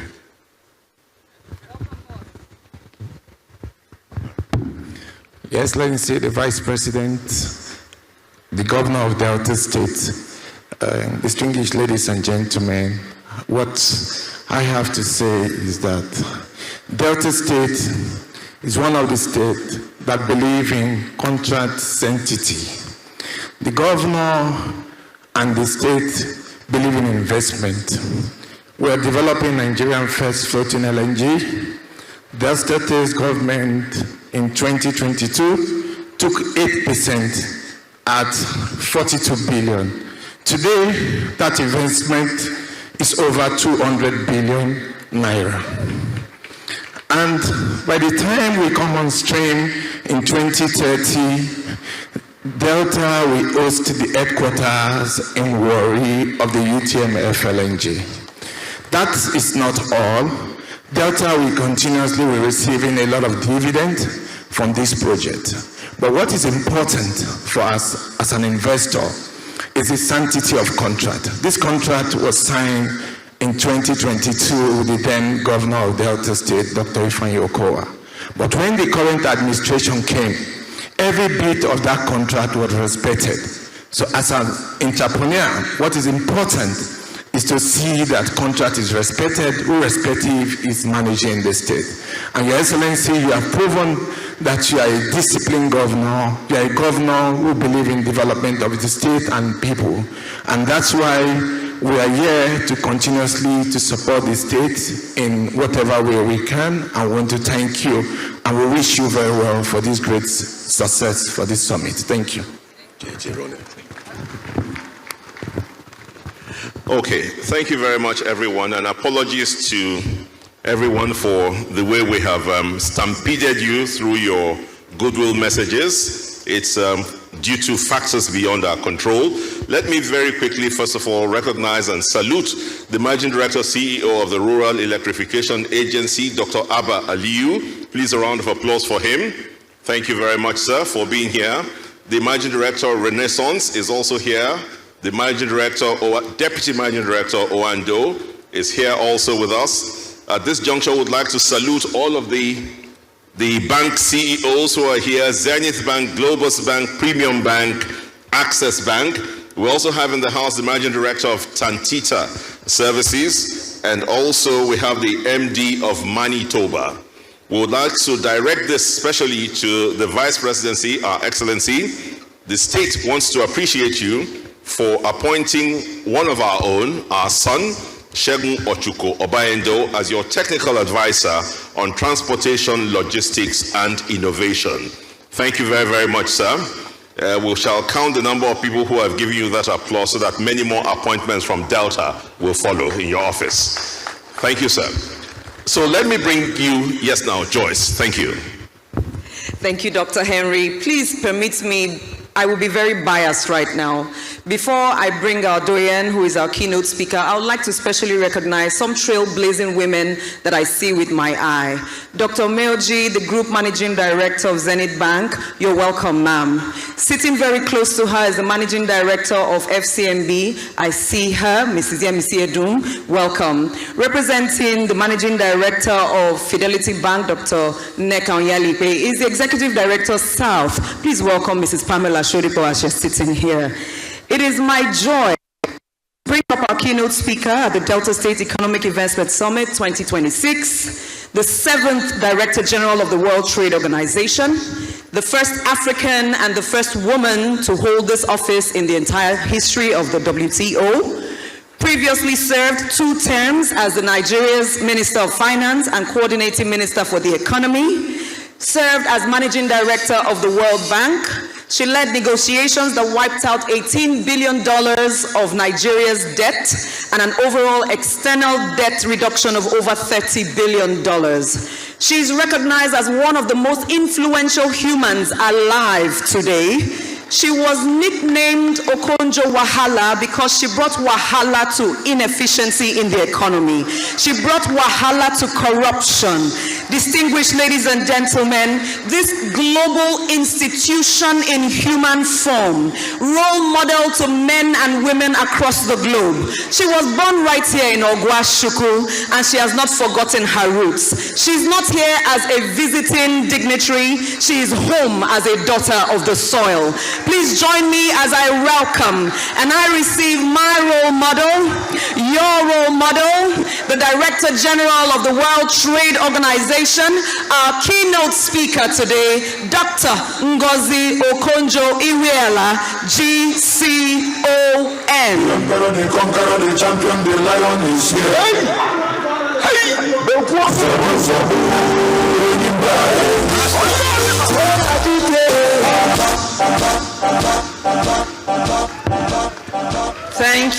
Thank you so much. Thank you for that wonderful introduction and welcome, much more than I deserve. I just want to alert you that as the keynote speaker, my speech is 20 minutes. So you'll be ready. I was given that time. Your Excellency, Mr. Vice President, Senator Kashim Shettima, GCON, thank you for being here, for taking the time to come to Delta State. Your Excellency, Right Honorable Elder, I always wonder when I see that, because you're younger. Sheriff Oborewori, the governor, executive governor of Delta State, one of my really favorite people because he's action-oriented. Your Excellency, Professor Chukwuma Charles Soludo, so nice to see you here. Your Excellency, Samonde Onyeme, Deputy Governor, Delta State. Your Excellency, Senator Dr. Ifeanyi Okowa, immediate past Governor of Delta State. Good to see you. Distinguished senators and members of the House of Reps, honorable ministers, especially the Minister of Finance, very nice to see you, one of my successors. Honorable commissioners of Delta State, the Secretary to the State Government, the Chairman of the occasion, Engineer Austin Avuru, very nice of you to do this. And our royal fathers, very nice to see all of you. I think just give me half a minute to recognize one special royal father, who is my own younger brother, His Majesty, the Obi of Ogwashiukwu, Obi Ifechukwude Chukwuka Okonjo, and his Chief of Staff, my younger brother, Prince Onyema Okonjo. They came here to accompany me. Please give them a round of applause. Distinguished ladies and gentlemen, excellencies, it's always a joy to be back home in Delta State. And I brought with me one other honored Deltan. His name is Dr. Bright Okogo from Abraka, the former Director General of the Budget of the Federation, who is now the Chief of Staff of the WTO. I'm really delighted to have this opportunity to contribute to this conversation about realizing the development ambitions of Deltans. But as I rejoice with you, Your Excellency, I have to be very careful because you said I'm an export. So I've been exported to the WTO, but I was exported to Abia State first. And I have to acknowledge my husbands, because when they hear you, maybe Governor Alex Oti will lock me out of Abia State and I won't be able to go home. So I also want to salute my husbands in Abia State. I thank His Excellency the Governor of Delta State and the organizers of this summit for this invitation. I want to congratulate you, Excellency, on the development strides that you have been taking. He and I are often in touch. He's always WhatsApping me with one thing or the other. And the reason I came is because you take action. The fund you just announced of $100 million to de-risk investment is exactly the kind of things that we need. I also want to salute the investor, the development partners, captains of industry that are here, the entrepreneurs, the women entrepreneurs in particular, and the youth. And to thank the investors, especially the ambassador of Brazil and the delegation from Brazil, Malaysia, China, and others. What I'm going to do today in this keynote speech, which I've entitled The State as Harnessing Our Strengths and Unlocking Our Potentials for Economic Development. What I want to do is quickly look at the state of the world economy and global trade, not just because I'm DG of the WTO, but because it is the broadest context within which Delta State will pursue its goals. You all know that these are difficult times for the world and for global trade. On a daily basis, as far as trade is concerned, I face challenges on what is happening with global trade rules. The rules-based system that has framed global commerce for the past 80 years, since the end of the Second World War, is today under unprecedented strain.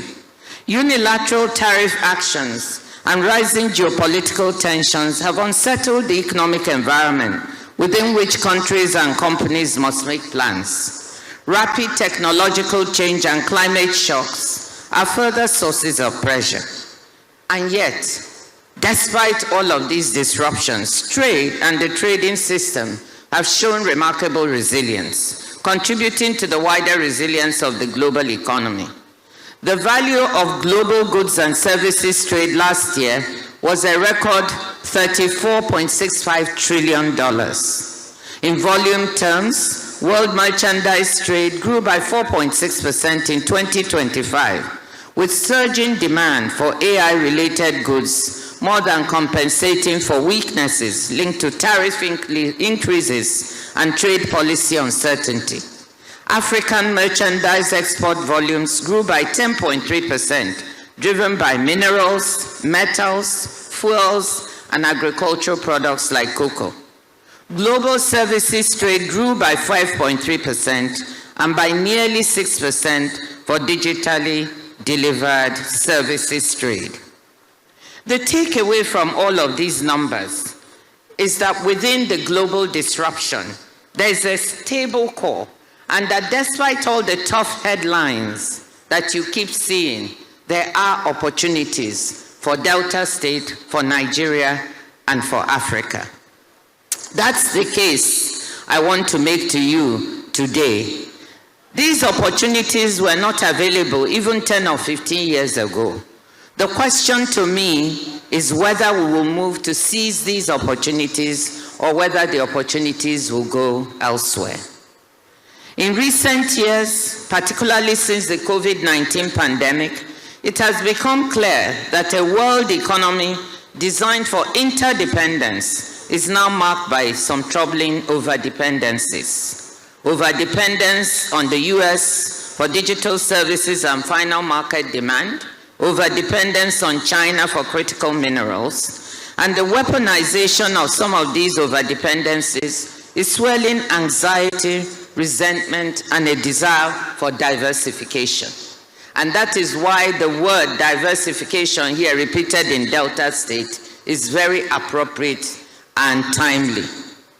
The resulting push by companies and governments to reduce exposure to geopolitical and other risks by deconcentrating supply chains is an opportunity for what we at the WTO are calling re-globalization, making global value chains more resilient to shocks by attracting more investment to places like Nigeria and to Delta State that have been on the margins of the global distribution of labor. Alongside the potential for re-globalization are a related set of opportunities on the continent that it has created for itself. The African Continental Free Trade Area, with its prospect for a 1.4 billion person strong unified market, common standards, and joined-up infrastructure, makes the continent a more attractive investment destination, both for companies targeting African markets and for those seeking to make Africa a base for exporting to the rest of the world. Seizing these two sets of opportunities, the desire for diversification and deconcentration of global supply chains, and the desire to seize the opportunity of the African Continental Trade Area is what we are talking about. It's at the heart of what I think Delta State should be thinking about in its growth and development strategy. Somebody said, think beyond Nigeria, think outside, and that's what we are also trying to say. I'm convinced that Delta State has the ingredients to become Nigeria's next great industrial hub. That's what I wish for it as a daughter of Delta. Standing alongside Lagos, Kano, and Port Harcourt as an engine of the national economy. The emergence of a new growth pole here in Delta State would be good for Nigeria as a whole. It would help decongest some of our economic hubs like Lagos and Kano that are becoming overcrowded. Lagos alone accounts for around a quarter of Nigeria's GDP and half of its non-oil GDP. Consider Delta's natural, infrastructural, and human endowments. We've heard about them. Abundant natural gas, a coastline with seaports at Warri, Sapele, Bruto, and Escravos, the Tape-Ajaokuta-Warri rail line, the fertile land of Delta State, solid minerals, 49 tertiary institutions producing young people who want opportunities in the state where they grew up. On the financial front, the state also has some fiscal space. Budget's 2025 State of States report ranks Delta 6th of 35 states in overall fiscal performance and second in debt sustainability. I was very happy about that. And when I heard one of the speakers say, you're not going to borrow from anyone dead or alive, I was smiling. Keep the fiscal prudence, because without it, you're not going to be able to build the Delta State we want. If you have to deploy resources, you have to deploy them in a manner that makes the state productive, not wasted. The 2026 proposed budget of 1.664 trillion naira prioritizes increased capital expenditures as part of the efforts to move Delta onto a higher growth path. A stable macroeconomic environment at the federal level on exchange rate management, bringing down inflationary pressures, would improve states' prospects for success. And we have heard the Minister of Finance and the Central Bank Governor, I was with him a few days ago, talk about the progress that is being made, and that's moving in the right direction. But the fact is that endowments alone do not add value. Budgetary allocations alone do not lead to new roads, to good maintenance. We lack a maintenance culture in the country. I have to say that I'm Nigerian, and I was telling Engineer Austin Avuru, thanking him for mentioning maintenance. We need that. We need better ports and digital infrastructure and lower trade costs. Execution is what matters. And successful execution requires focus. It requires prioritization. So let me touch on a few priority areas for focused investment. We've listened to Delta State, and the one or two things I have to say seem to coincide. The Delta State's government focus on developing the special economic zones makes sense. In fact, a new report by the World Bank on industrial policy specifically identifies special economic zones as one of the best available tools for governments with limited fiscal space and bandwidth and relatively small local markets. Governments can improve infrastructure and regulatory frameworks for a specific location, which in turn allows for the pooling of labor, inputs, and ideas. With Delta State's gas assets that we've heard about, and working with the federal government, this is key, working with the federal government, you have an important ingredient for the essential infrastructure. Because elements of a successful industrial park include 24/7 infrastructure, meaning electricity, roads, rail, water, and IT connectivity, together with on-site support for licensing and other aspects of regulatory compliance, you need the federal government's full support for what you're doing. I've not had the chance to visit the Delta Special Economic Zones in Kwale and Koko, but I know they have been under consideration for years, and we saw in the movie that something is happening. But I also would encourage you to visit a couple of other special economic zones around us. I visited the Lekki Free Zone just 2 days ago, and the deep sea port.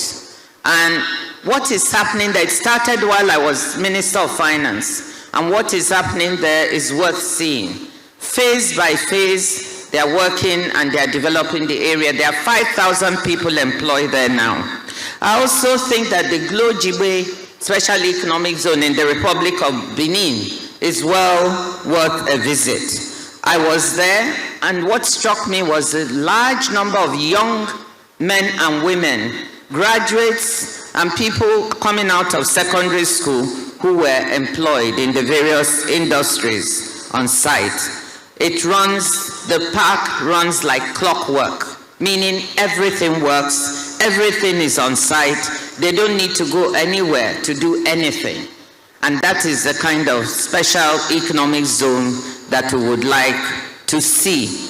I don't know if Afrexim Bank is here or Arise, some of the investors there, But I think that what I saw them doing there is good testimony to what can be done elsewhere and done here, right here in Delta State. In tandem with the development of the special economic zone, another priority would be to identify a small number of value chains. Again, it was said at the beginning, areas where you have strong comparative advantage, and they are there.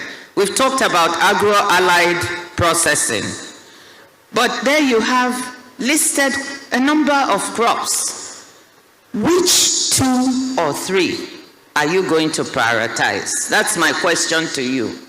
Because if we go into so many of capital and resources we have, so I would ask you to focus on 2 or 3 that are likely to do well.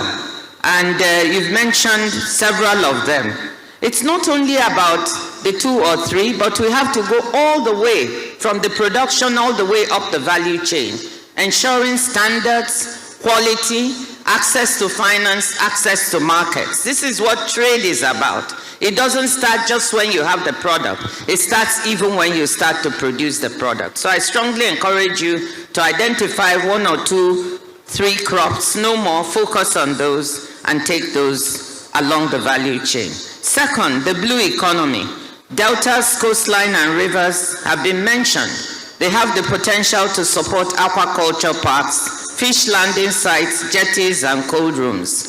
Nigeria imports on average 573,388 metric tons of fish and fish products worth $866 million, almost $1 billion a year. We import that. Can Delta State become the blue economy hub to capture that market? Imagine if we could import substitute for the $1 billion, almost $1 billion we're spending in importing fish into the country. And if I can say something blunt here, building a blue economy is not about letting trawlers come in and fish off your coast. That's not what I'm talking about. Actually, at the World Trade Organization, we have a new agreement that talks about how to reduce this phenomenon, because our coasts are fished with these trawlers, robbing the small fishermen and women of access to fisheries. So that's not what I'm talking about. We have a grant now with the Nigerian government to assess our fisheries management capacity, and I hope that Delta State can become part of that. It's being managed by the Nigerian Institute for Oceanography and Marine Research, along, of course, with the Ministry of Industry, Trade, and Investment.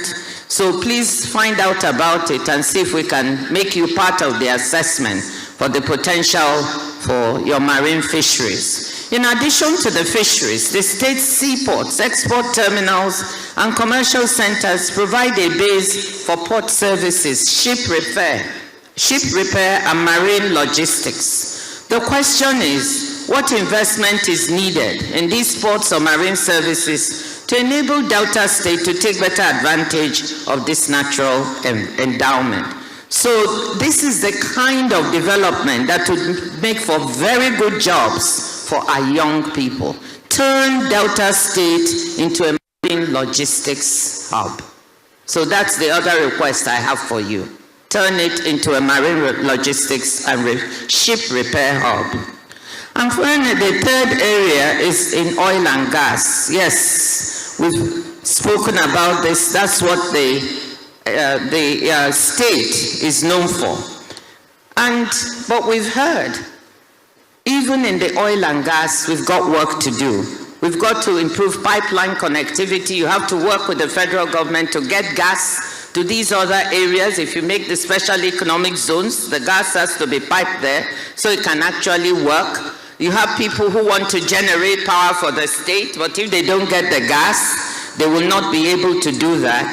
You want to develop a solid minerals industry, and we've got what it takes in silica, kaolin, and other things, but they all need the gas to be properly piped to where it's needed. And finally, on digital infrastructure and AI. We haven't spoken much about that, but this is where the world is going. The world trade itself is going digital. So in all the developments you do here, I want to strongly encourage you that connectivity to take advantage of the digital economy is essential. I would like you to also see how that can be prioritized. Our young people are all on the internet. Our women are trading digitally, but they need the connectivity to make all of this work. So, ladies and gentlemen, excellencies, I've sketched out the opportunities awaiting Delta State, and they're rather exciting. What you have to decide now is how to deploy your capital. You've spoken about it, Your Excellency, but I think there's still work to be done in terms of prioritizing what you want to do. But I'm optimistic. I'm a Delta State optimist. I'm also a Nigeria optimist. We have the confluence of three windows of opportunity: the global push for supply diversification, the African continental integration, and within Nigeria, the recognition that economic transformation will not come from Abuja alone. The Minister of Finance talked about that. That sub-national governments will have to step up, as you are doing, Excellency, to create jobs, attract investment, and provide public goods. The prize-winning Delta author Ben Okri famously wrote, and I quote, "Don't neglect the gold in your own backyard," unquote. The true wealth of Delta State has never just been our oil and gas, it's our people. This summit is about taking care of the gold in our backyard, of starting the years of hard work needed to deliver on our people's hopes and aspirations for better lives, on demonstrating that Delta can and will compete for investment and become the industrial hub for Nigeria that I want it to be. Delta can and will transform itself from a resource-rich state to a diversified, inclusive, and resilient sub-national economy. Excellency, dear Governor, Mr. Vice President, my fellow Deltans, I just want to wish all of us perseverance and success. Thank you.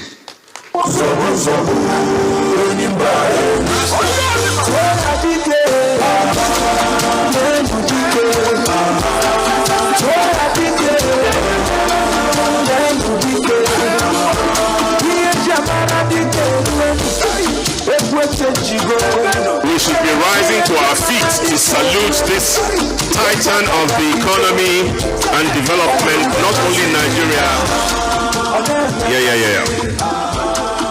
And please, whilst you're standing, can you bring the roof down with your applause for this diminutive yet powerful African representation? Thank you very much. Our own sister, two-time minister. You know, when you hear Dr. Ngozi Okonjo-Iweala speak, you wonder whether it's the same person who authored the book titled Reforming the Unreformable. And that was her opinion about Nigeria and her journey through the years of trying to pioneer and champion reforms in this country. Ladies and gentlemen, the story has been made clear. I only wish you'll be here tomorrow when the sessions and the panels start to shed more light on the very succinct message she has delivered to us. I'm glad that our governor listened with rapt attention, and I'm sure that the message that you have left with us will not go unheralded. Thank you very much, ma'am. In the meantime, your pen has just dropped there, ma'am. So, that is a World Trade Organization biro. So we keep moving on. There is so much to do, too many people wanting to be recognized, as indeed we should. And now, I don't know where I have put the papers, but as I find them, we shall do them. The Director General of the Braced Commission, Ambassador Joe Keshi, is here. We want to salute Dr. Ebiere Jasper Eradiri, President, AIC Africa, the Association for SMEs, is also here. I have Executive Director, Business Development, Nexim Bank, Honorable Stella Okotete here, our own daughter as well. Thank you all for being here.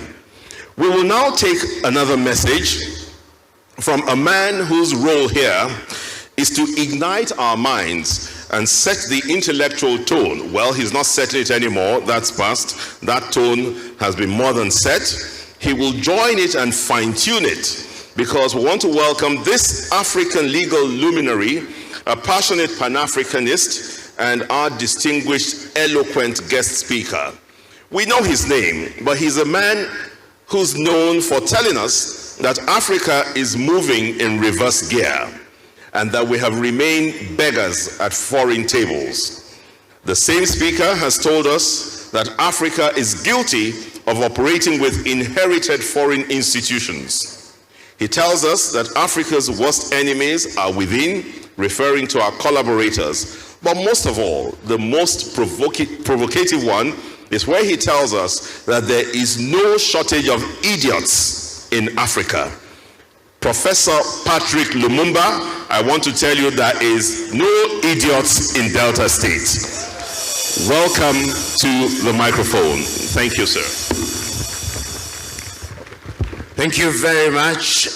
Let me stand on the protocols already established, but it would be proper to recognize His Excellency, the Vice President of the Federal Republic of Nigeria, Senator Kashim Shettima. It is also proper to recognize the Governor of Delta State, all the governors here present, all cabinet ministers here present, and of course the traditional rulers and the keynote speaker, Dr. Ngozi Okonjo-Iweala. In a proper setting, there should be no other speech after the keynote speech. But because I find myself in this space, I will say only the following things, then I resume my seat. Number one, that I thought about the subject that I was told to speak about, and I've written a full-blooded paper which will be availed to you.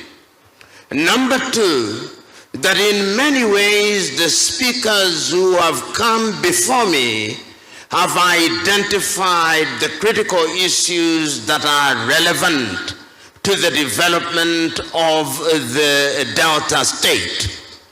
However, it is important to point out a number of issues that I consider critical when I look at the continent of Africa and our inclination to gloss over certain critical things. Many times when we talk about Africa, and I say so because Delta State is a state within the Federal Republic of Nigeria, which is one of the 54 African states. We are quick to say that we are 1.4 billion. That is all very well. But the question that we must ask ourselves is, what are we doing about the 1.4 billion? As I speak to you now, I invite you to see what is happening in Morocco and the young men and women who are running away and dying trying to go to Europe, which tells us this: there is a lot to be done in the continent. And that is what gladdens my heart, that in your own small way here in Delta, recognizing as you do that Nigeria must be built state by state, you are beginning to recognize the areas that ought to receive attention. You are recognizing that oil must be utilized. And you, Mr. Governor, did tell us that you are aware of what the Norwegians have done. that they now have a sovereign fund of nearly 3 billion or 3 trillion United States dollars. The question that you must therefore ask yourself, will you do that here in the Delta State? We have been told that when we talk about oil in Nigeria, you are the oil state in Nigeria. The question is, are you using the oil resources and comparing yourselves, not with other African countries? It is the Ugandan president who said, and I've always agreed with him, that there is the tendency in Africa to compare ourselves as dwarfs compare amongst themselves who is the taller one. Because at the end of the day, they are all dwarfs, even if one is an inch taller than the other. I want you in Delta to compare yourselves with others. Your own country or your own state has an economy larger than over 20 African countries, a GDP larger than 20 African states. The question is, with all the resources that we have, whether we are talking about agriculture, whether we are talking about minerals, whether we are talking about oil, whether we are talking about pharmaceutical sectors, whether we are talking about the blue economy, what are we doing that is in keeping with the demands of the 21st century? The world now talks about the 4th and 5th industrial revolution. The world now talks about artificial intelligence. But I always ask my fellow Africans who are quick to talk about artificial intelligence, who controls the artificial intelligence that we consume in the continent of Africa? It is not us. It could be withdrawn in the twinkling of an eye, and we go back to the dark ages. So the question is, as you are here in Delta, having identified the critical areas and the strengths that you have as a people, what will we do? The keynote speakers reminded us of the Africa Continental Free Trade Area. And you know, when I look at the Continental Free Trade Area, and I look at the many writings about the Africa Continental Free Trade Area, it is not Africans who are writing. It is others. It is the Chinese. It is the Europeans. So that if you wanted an expert on Africa Continental Free Trade Area, you don't look to Africa. And that is tragic, Honorable Governor. It is equally tragic that in our interpretation and understanding of who an investor is in the continent of Africa, we still don't think that fellow Africans are investors. We think, and allow me to be blunt, that our investors must be Malaysians. We think that our investors must be Brazilians. We think that our investors must be Chinese. That is not the case. And I'm saying this because in the year 2018, I and others started something called the Pan-African Investment Movement. We have now visited 6 countries, and we have told heads of state that even Africans with $100,000 each, putting the money together, are investors. When a few Africans heard I was coming here from as far as Trinidad and Tobago, they asked me, but why were we not invited? I said, next time. Because next time, Honorable Governor, I want to see Kenyans here. I want to see Ghanaians here. I want to see Sudanese here. I want to see Ethiopians here. I want to see Moroccans here. I want to see Egyptians here, because Africans must begin to believe that they have both the intellectual and financial wherewithal to participate in the development of their continent. Because it is only when we do so that our friends of goodwill from Brazil, our friends of goodwill from China, our friends of goodwill from Europe, our friends of goodwill from the United States of America will begin to believe that the relationship between us and them is symbiotic rather than parasitic. And I'm submitting to us that many times what we call development is not development, is parasitism. And I am urging you, my brother, as you serve as the governor of Delta, you are doing a good job, but that job can be better. That job can be an African job. That job can give meaning to Africa Continental Free Trade Area. That job can have meaning to Africa Agenda 2063, but a number of critical issues must also be done by the Nigerian federal government. We must allow people to move freely within the continent. Your Excellency, the Vice President, Nigeria is the biggest economy in real terms in sub-Saharan Africa.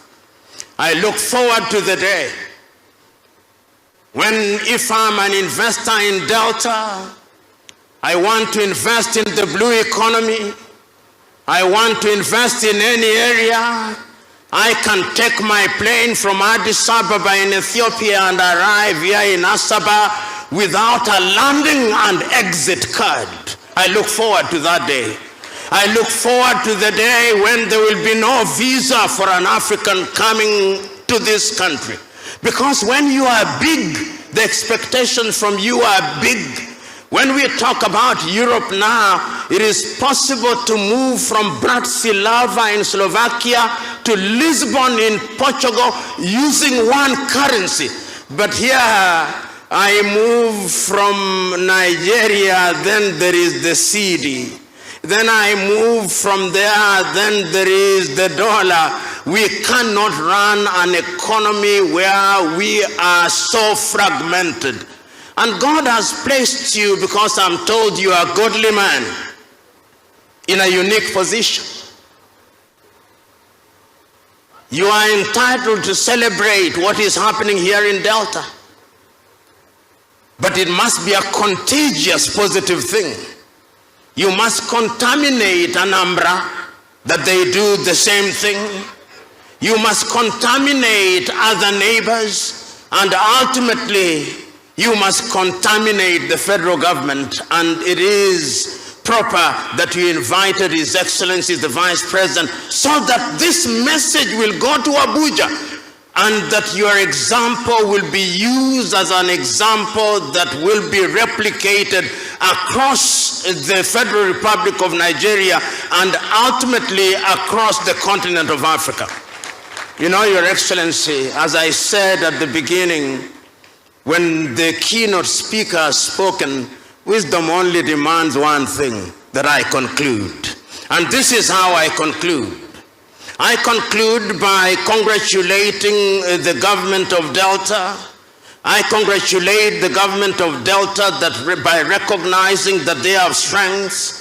But I'm urging you going forward, ask yourself, how are you using your young population who are graduating from the universities? What skills are they receiving? I'm asking, how are you using your academics from the universities? What is the budget that you have set apart for research and development so that your academics are not only individuals who preside over graduation ceremonies, but they are producing thoughts and they are engaged in research which is informing agriculture, which is informing energy, which is informing all the critical areas. And as my good friend Tony Elumelu said, you can talk development all you want, but if you don't have energy, you are going nowhere. You are going nowhere, because how are you going to compete with the Chinese? Let me give you an example, then I sit down. Nigeria generates no more than 5,000 megawatts of electricity. You lose a bit of it in distribution. China generates 3 million megawatts of electricity, which means that the seats we are sitting on, even if you wanted to produce them here in the Delta, people would still buy them from China because they are cheaper. I'm therefore suggesting that energy should be one of the critical areas in which you focus. And we now know that gas can be used in that area. We now know that diesel can be used in that area. And this is a good journey. And as one of your fellow Nigerians once said, and this is not gender insensitive, that a chick that will grow into a cock is seen on the day that it hatches. Even a hen that will grow into a chick that will grow into a hen is seen on the day it hatches. Delta looks good. Make it good. Allow it to remain good. Think beyond yourself in the knowledge that you are not successful until your successor succeeds. God bless.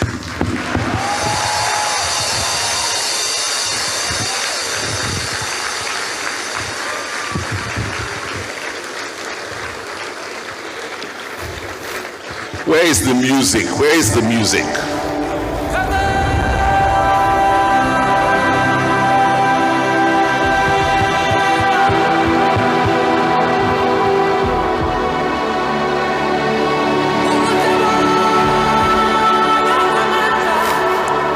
Okay. As our people they talk for pidgin English, they go say Professor Lumumba don't scatter table. Everyone don't scatter everywhere. But you know, Professor, we thank you very much. You have told us a few things, and clearly in your delivery, you've made it very clear that you're a very wise man. Because even as you spoke about all of the African countries that you'd like to see in Delta, you cleverly avoided South Africa. I don't know why. I don't know why, but we shall take you up on that after now. Yeah? And you have come here to preach the gospel of contamination. You look at our handsome, active governor, you call him a parasite. He should go and contaminate Anambra, the solutions governor. In fact, before he gets to Governor Soludo, he has to cross the vice president and corrupt him or the other, or contaminate him.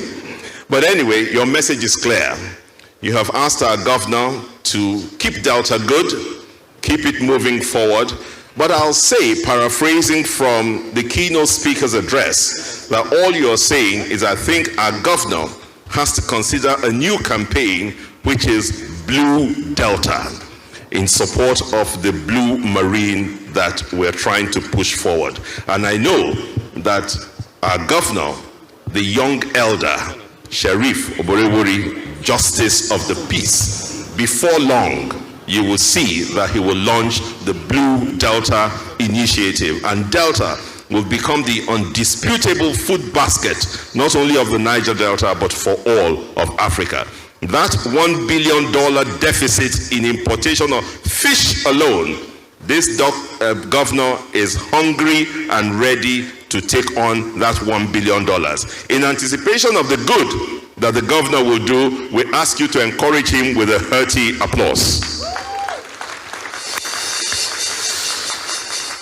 Let me quickly salute those who would support our governor by saying that we have here Mr. Frank Okafor, my own brother, Senior Project Manager, Green and Digital Economy of the European Union Delegation to Nigeria and the ECOWAS. He's representing the European Union Ambassador, Mr. Gauthier Mignon, to this summit.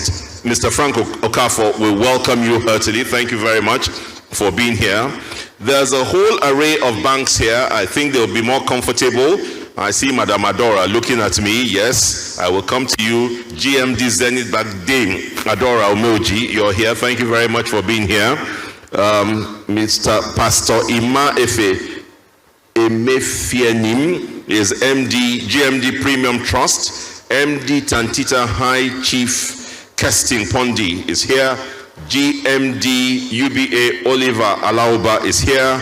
We also have Uju Ifejika, MD Britannia U, and so many others here. We also have the President and Chief Executive Officer of Transcorp PLC, Owen Omogiafo, OON. Ladies and gentlemen, the time has come for us to invite the Vice President, but before we do that, let me remind us, because once the Vice President speaks and the anthem goes, we'll be proceeding to inspect the exhibition booths, so there might be no time to do this. Oh, sorry, yes, sorry, error. I've been told that the Governor of Anambra will speak now before His Excellency, the Vice President. My error. But just before that, for tomorrow, please note that there will be 5 sessions, so you can quickly determine which of the sessions you want to participate in: agriculture, agribusiness and livestock, the blue economy and transport infrastructure, solid minerals and mining, digital economy, energy, ecosystem, power, oil and gas. And that's your lineup for tomorrow. We'll be starting here in this hall at 9:25 a.m. Please come early, because we will not wait for you. And so the man who was an accomplished governor of the Central Bank of Nigeria, who is now the solutions provider for Anambra State, who's ready to partner with Delta because development has to be partnership defined, Governor Charles Soludo, to the microphone. You're welcome. Please, a round of applause for His Excellency the Governor.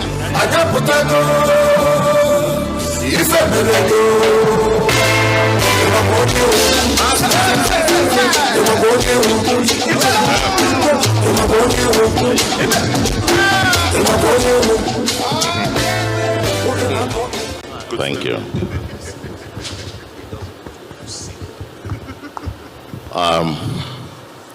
It's quite a shock, Your Excellency. I thought this was going to be one free lunch I'm going to have. Just come, listen to the Vice President, listen to you, listen to our keynote speaker, my senior sister, writing notes, ministers, and then I'll simply go home to Professor Lumumba and go home. And I was just standing up even to usher the Vice President, and I said, I have to stay. Let me say, distinguished ladies and gentlemen, the Vice President, first, 1, 2, 3 things. I'm asked to give a goodwill message. Your Excellency, I bring you good tidings from Anambra State, the light of the nation.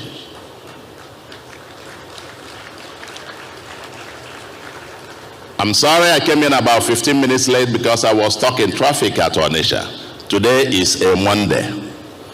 And to have a traffic at Onitsha on a Monday, the Monday sit at home is over.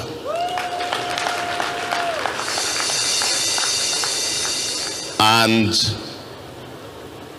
I am here in solidarity with you, in solidarity with my rich neighbor, Delta State. You are the governor, a friend in whom I am well pleased. Any day, anytime. I had to move my executive council meeting today. We'll move it probably tomorrow or next. But this is very important, and I am very, very delighted to be here. I've listened to all the speeches. I'm not supposed to be saying anything. Like I said, I wasn't prepared to say a word. But just 2 quick footnotes to what I have heard. Number 1 is listening to the Honorable Minister of Finance and listening to our keynote speaker. One key message that was given is that from a macroeconomic standpoint, Nigeria has stabilized and on the rise. And that leads me to a point that you made, Mr. Governor. You and I are on the same page.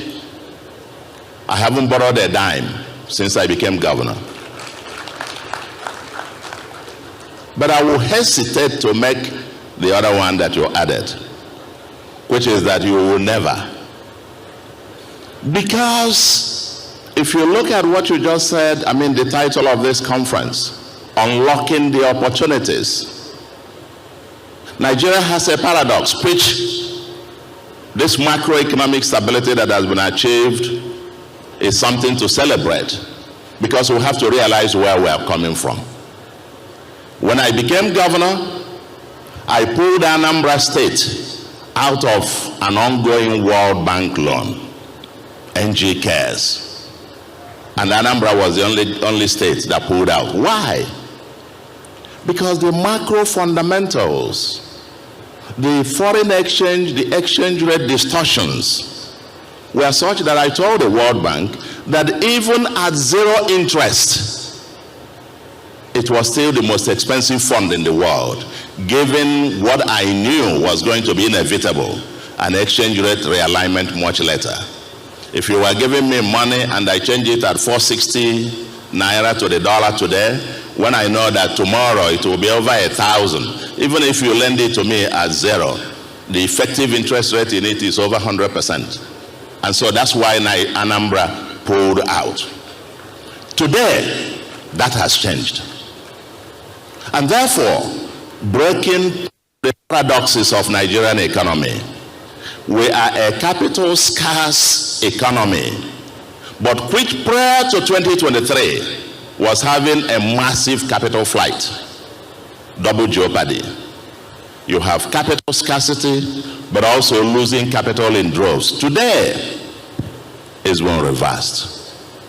You now have net foreign exchange reserves of about a little over 40 billion and gross reserves of about $52 billion, rising from 3 billion as at 2023. Rising from 3 billion as at 2023. So, and the exchange rate has become stable, more stable, predictable to a large extent, and therefore, Delta and Nigerian economy and subnationals will require foreign capital. Be there Africa, be there from anywhere, will require foreign capital. And the environment, the macroeconomic environment is more conducive today. So I wouldn't make that kind of straw. I wouldn't, maybe Delta, or you are my rich neighbor, you have a lot of oil money and so on. So you can, Delta can afford it. I'm not sure how many others can afford to do that. The second, and just following from what I have also heard, is that we need to work together. Delta is one of the 36 subnational states, plus FCT, plus the federal government, that's 38 governments, excluding 774 local governments. We need to work together. Delta alone will try, but together, harnessing the neighborhoods. And I suggest that Delta and Anambra are literally like the relationship with the completion of the second Niger Bridge. It's like twin cities. You now have us here, I mean, between New York and New Jersey, for example. We must now, as two states, cascade our relationship beyond our personal friendships to now working group. Because I can see in a whole lot of areas where Anambra could also piggyback on what is going on in Delta, and where Delta could piggyback on what is going on here. You have an economic free trade thing. We are building a new commercial industrial city powered by an aerotropolis. We have quite a lot in common, and we better synergize. And just on that, I'm happy it's been said by the chairman of this forum, this summit, that this is not just going to be another talk shop. I like what is going to follow after the Vice President's speech, and that is the area of networking, deals. So that it's not just another, we talk and talk. I've had 2 investment summits. But those deals are the real thing. And at the end of the day, let's keep it simple. Let's make investment a habit and not an event. Let it go from being just an event we gather once in a while. And I'll give you one practical example. A missing area that I'm sure the president, working with the governors under the National Economic Council, with the leadership of our able vice president, will have to work, probably post-election, on a national consolidated Marshall Plan that will then drill down the macroeconomic changes down to now improving the other opportunities of employment, poverty reduction, getting it down, drilling it down to the ordinary person. But let me leave you with one thought. We cannot create the kind of jobs that we want with all of us patronizing foreign or imported goods. I look in this room and I see the suits from Europe, from America, from China. I see oil, and that's Professor Lumumba. I agree with you. We've got to make it Africa. I can speak here on this issue that you raised till evening. But take one thing. I admire what my sister is wearing.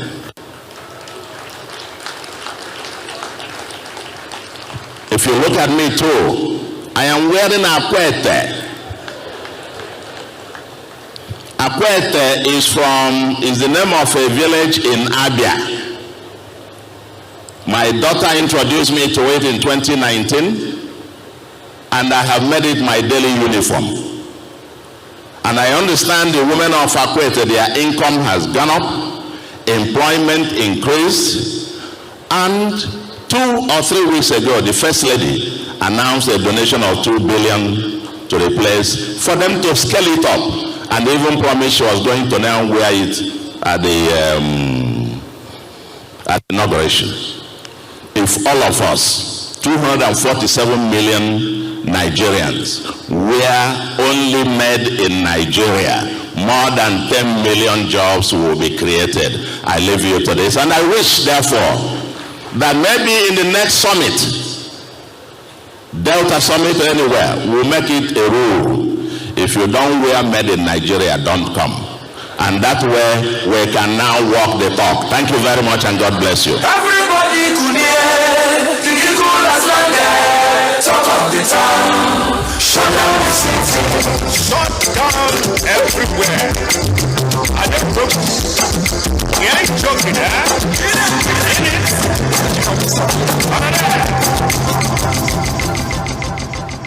Thank you very much. Your Excellency, we appreciate you. His Excellency, the Governor of Anambra State, Professor Chukwuma Soludo. Your Excellencies, distinguished ladies and gentlemen, every great gathering builds towards a defining moment. We have had conversations that inspire. We have had ideas that illuminate today, and the partnerships that create possibilities. But it is decisive leadership that transforms vision into reality. Today we arrive at that defining moment. The presence of our Chief Guest of Honor reflects federal government's commitment to strengthen economic growth, promoting investment, and advancing sustainable development. It is now my singular honor and privilege to welcome here the most hardworking, the most supportive, the most loyal Vice President in the history of Nigeria, Please welcome His Excellency Senator Kashim Shettima, GSON. Kindly sit down, please. Kindly take your seats, please.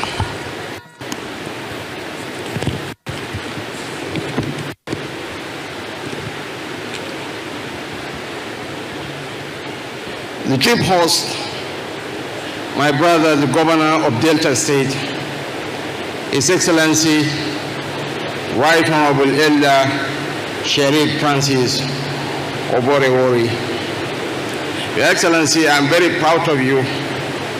I'm proud of your humility and most importantly, your commitment to a greater Delta. You are a good man. You have internalized the Christian faith. You are not just an elder. You are a real man of God. He has always been a gadfly, always moving against the direction of the wind. But Professor Charles Chukwuma Soludo Sebar is a man that I respect highly, fundamentally because the truth that sets men free, as H.S. Aga said, is most often the truth that men prepare not to hear. But Professor Soludo has the tendency of going against the direction of the wind. In 2023 elections, he went against the direction of the wind by telling Nigeria that the road to the presidential villa doesn't pass through intimidation, blackmail, or harassment. The route to the presidential villa leads through building grassroots support, inclusivity, and broad-mindedness. Professor Soludo, you have done a lot of things for the federal government, especially in informing Nigerians where we are coming from reserves of $3 billion. When we are experiencing capital plight and capital scarcity, now we are experiencing capital inflows, so that our foreign reserves has gone up to over $52 billion and counting in a turbulent world, mind you. I think the president deserves commendation and not condemnation. I remember time back when it used to be unheard of for the girl child to be highly schooled. But take a good look at this great woman seated here with us. Is there anyone here who is not proud of her exploits globally? Dr. Ngozi Okonjo-Iweala, we are proud of you. We cherish and adore you. Thank you for all you do and contribute to the world. Above all, thank you for representing Nigeria with not just your intellectual brand, but indeed also your dress sense. The famous Okonjo-Iweala headgear needs to be patented around the world. Thank you, ma'am. And to our great guest speaker, Professor Patrick Lumumba. You are not a Kenyan, you are an African, a great African. Lawyer and internationally recognized public speaker. With the way and manner you are traversing the continent, I'm thinking of being your student when I retire from politics. Thank you, Professor Lumumba, for the great African that you have become. But you carefully avoided talking about South Africa. The chairman of the summit, Mr. Seplat, Engineer Osin Aburo, my bosses in the National Assembly, members of the Senate and House of Representatives, my colleagues in the Federal Executive Council, former governor of Delta State, an elder statesman in his own right, distinguished Senator Dr. Ifeanyi Okowa. You are a good man, supporting our governor in delivering the dividends of democracy to our people. Of course, the humble and self-effacing Deputy Governor of Delta State, Samonde Oyema. I don't know whether I will call you a Hausa man or an Adioma man. The former Attorney General of the Federation and Minister of Justice, Mohamed Bello Adoke, SAN. I want to recognize the Secretary to the Delta State Government, Dr. Kingsley Eze Elmo, to recognize and appreciate members of the Delta State Executive Council and local government chairmen across Delta State. The Brazilian ambassador to Nigeria, His Excellency Mr. Carlos Garcete, and the Malaysian ambassador to Nigeria as well. Captains of industry, I cannot fail to recognize my boss, Mr. Tony Elumelu, and of course, my sister from another mother, the Group Managing Director of Zenith Bank, Dame Adora Umioji. And Mr. Oliba Alauba, I want to use you to thank all the bank executives around. Chairman of the Delta Traditional Rulers Council, Major General Felix Mojapero, Oriewan Oroje of Okpe Kingdom, I want to use you to recognize and appreciate all our royal fathers present here. Members of the fourth escort of the Rim, honored guests, distinguished ladies and gentlemen. The cycle of competition among our states is now evident in the quality and ambition of the investment summits convened across the Federation. Every state possesses immense promise, but each must define a trajectory unique to its history, geography, people, and comparative advantage. This is a race we must welcome, a race that proclaims growth rather than conflict, a race in which the prize is employment, prosperity, and human dignity, a race for the future. I am therefore honored to join the government and people of Delta State in this march towards that future. Since we assumed the mantle of leadership, we have scarcely taken a break from summits, strategy sessions, and investment dialogues. We promise to place Nigeria part of growth, and each gathering offers another platform for turning that promise into enterprise. Every host state contributes to the Federation's commercial ambition. Another minerals, technology, ports, energy, or tourism. In that healthy rivalry, Nigeria discovers the full measure of her wealth. This season of summits owes itself to two developments. The first is a stronger foundation laid by the economic research of His Excellency President Bola Ahmed Tinubu GCFR, which has placed far larger allocations in the hands of state governments to pursue their internal development agendas. The second is that no state wishes to be trapped in the dilemma of having money but not knowing how to spend it. For rescuing us from that dilemma, I believe Mr. President deserves a round of applause. Your Excellencies, distinguished ladies and gentlemen, the judgments of the international ratings agencies confirm the direction of travel. Fitch upgraded Nigeria to B in April 2025 and a permit in April 2026, citing foreign exchange reform, monetary discipline, and the end of deficit financing, amongst others. In May 2026, S&P also raised Nigeria to B, its first upgrade in 14 years, following a sustained reform, stronger oil output, and expanded domestic refining. Moody's had earlier lifted Nigeria from CAA1 to B3 as the external balance, fiscal position, and foreign exchange framework improved. These are proof that Nigeria is regaining credibility, and the best time to invest is before the opportunity becomes expensive. Delta State enters this moment with an advantage. That advantage is larger than its oil wealth. It resides in the conviction behind this gathering that the future of a people cannot be deposited in a single commodity. Diversification is an instinct of economic self-preservation and a measure of the quality of leadership. A government that prepares for life beyond oil understands that resources may finance progress, but only ideas, institutions, and enterprise can sustain it. Consider what this state holds. Delta sits on one of the longest coastlines in our federation, with the ports of Warri, Koko, Burutu, and Sapele, and creeks and rivers that make the blue economy something Deltans can touch.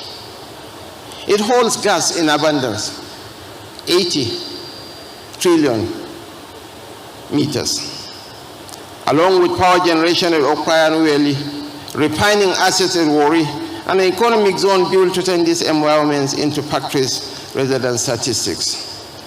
Beyond hydrocarbons, Delta is a farming country. Oil palm, cassava, rubber, plantain and aquaculture thrive across its 25 councils, and its fisheries could feed markets far beyond our borders. Beneath its soil lies silica, sand, kaolin, limestone, and of course, coal, the raw material for glass, cement, and construction. Above all, the Delta person is educated and enterprising. A state so endowed already qualifies as an investment destination of the first order, and what remains is for the world to be told. This is the purpose of this grand occasion. The call to harness our strengths and unlock our potentials is a timely awakening, because potential has no economic value unless it is organized, financed, and put to work. Natural wealth buried beneath the soil cannot employ a young person. A coastline without productive infrastructure cannot move trade. Talent without opportunity becomes frustration. The task before us is to convert what Delta possesses into what its people can feel in their own homes, their communities, and their hopes. There is no doubt that His Excellency Governor Sheriff Francis Oborowori is devoted to leading Delta into a new era of productive expansion. The design of this summit reflects the seriousness of that purpose. It brings government, investors, development institutions, industry leaders, scholars, and entrepreneurs into the same room, followed by sectoral discussions, deal-making, networking, and field engagements. The message is practical. Delta seeks commitments that survive the applause and projects that outlive the conference. I thank His Excellency, Governor Oborowori, for this bold leap towards a greater Delta and for creating a platform that matches the ambition of his people. To our investors, entrepreneurs, financiers, captains of industry, innovators, development partners, the diplomatic community, and friends of Nigeria, you are welcome to Delta State. The federal government stands ready to support credible investment, strengthen enabling institutions, and work with the state to remove obstacles to enterprise. We are co-travelers on the road from promise to production, from allocation to transformation, and from potential to prosperity. Thank you, and may God bless Delta State and the Federal Republic of Nigeria.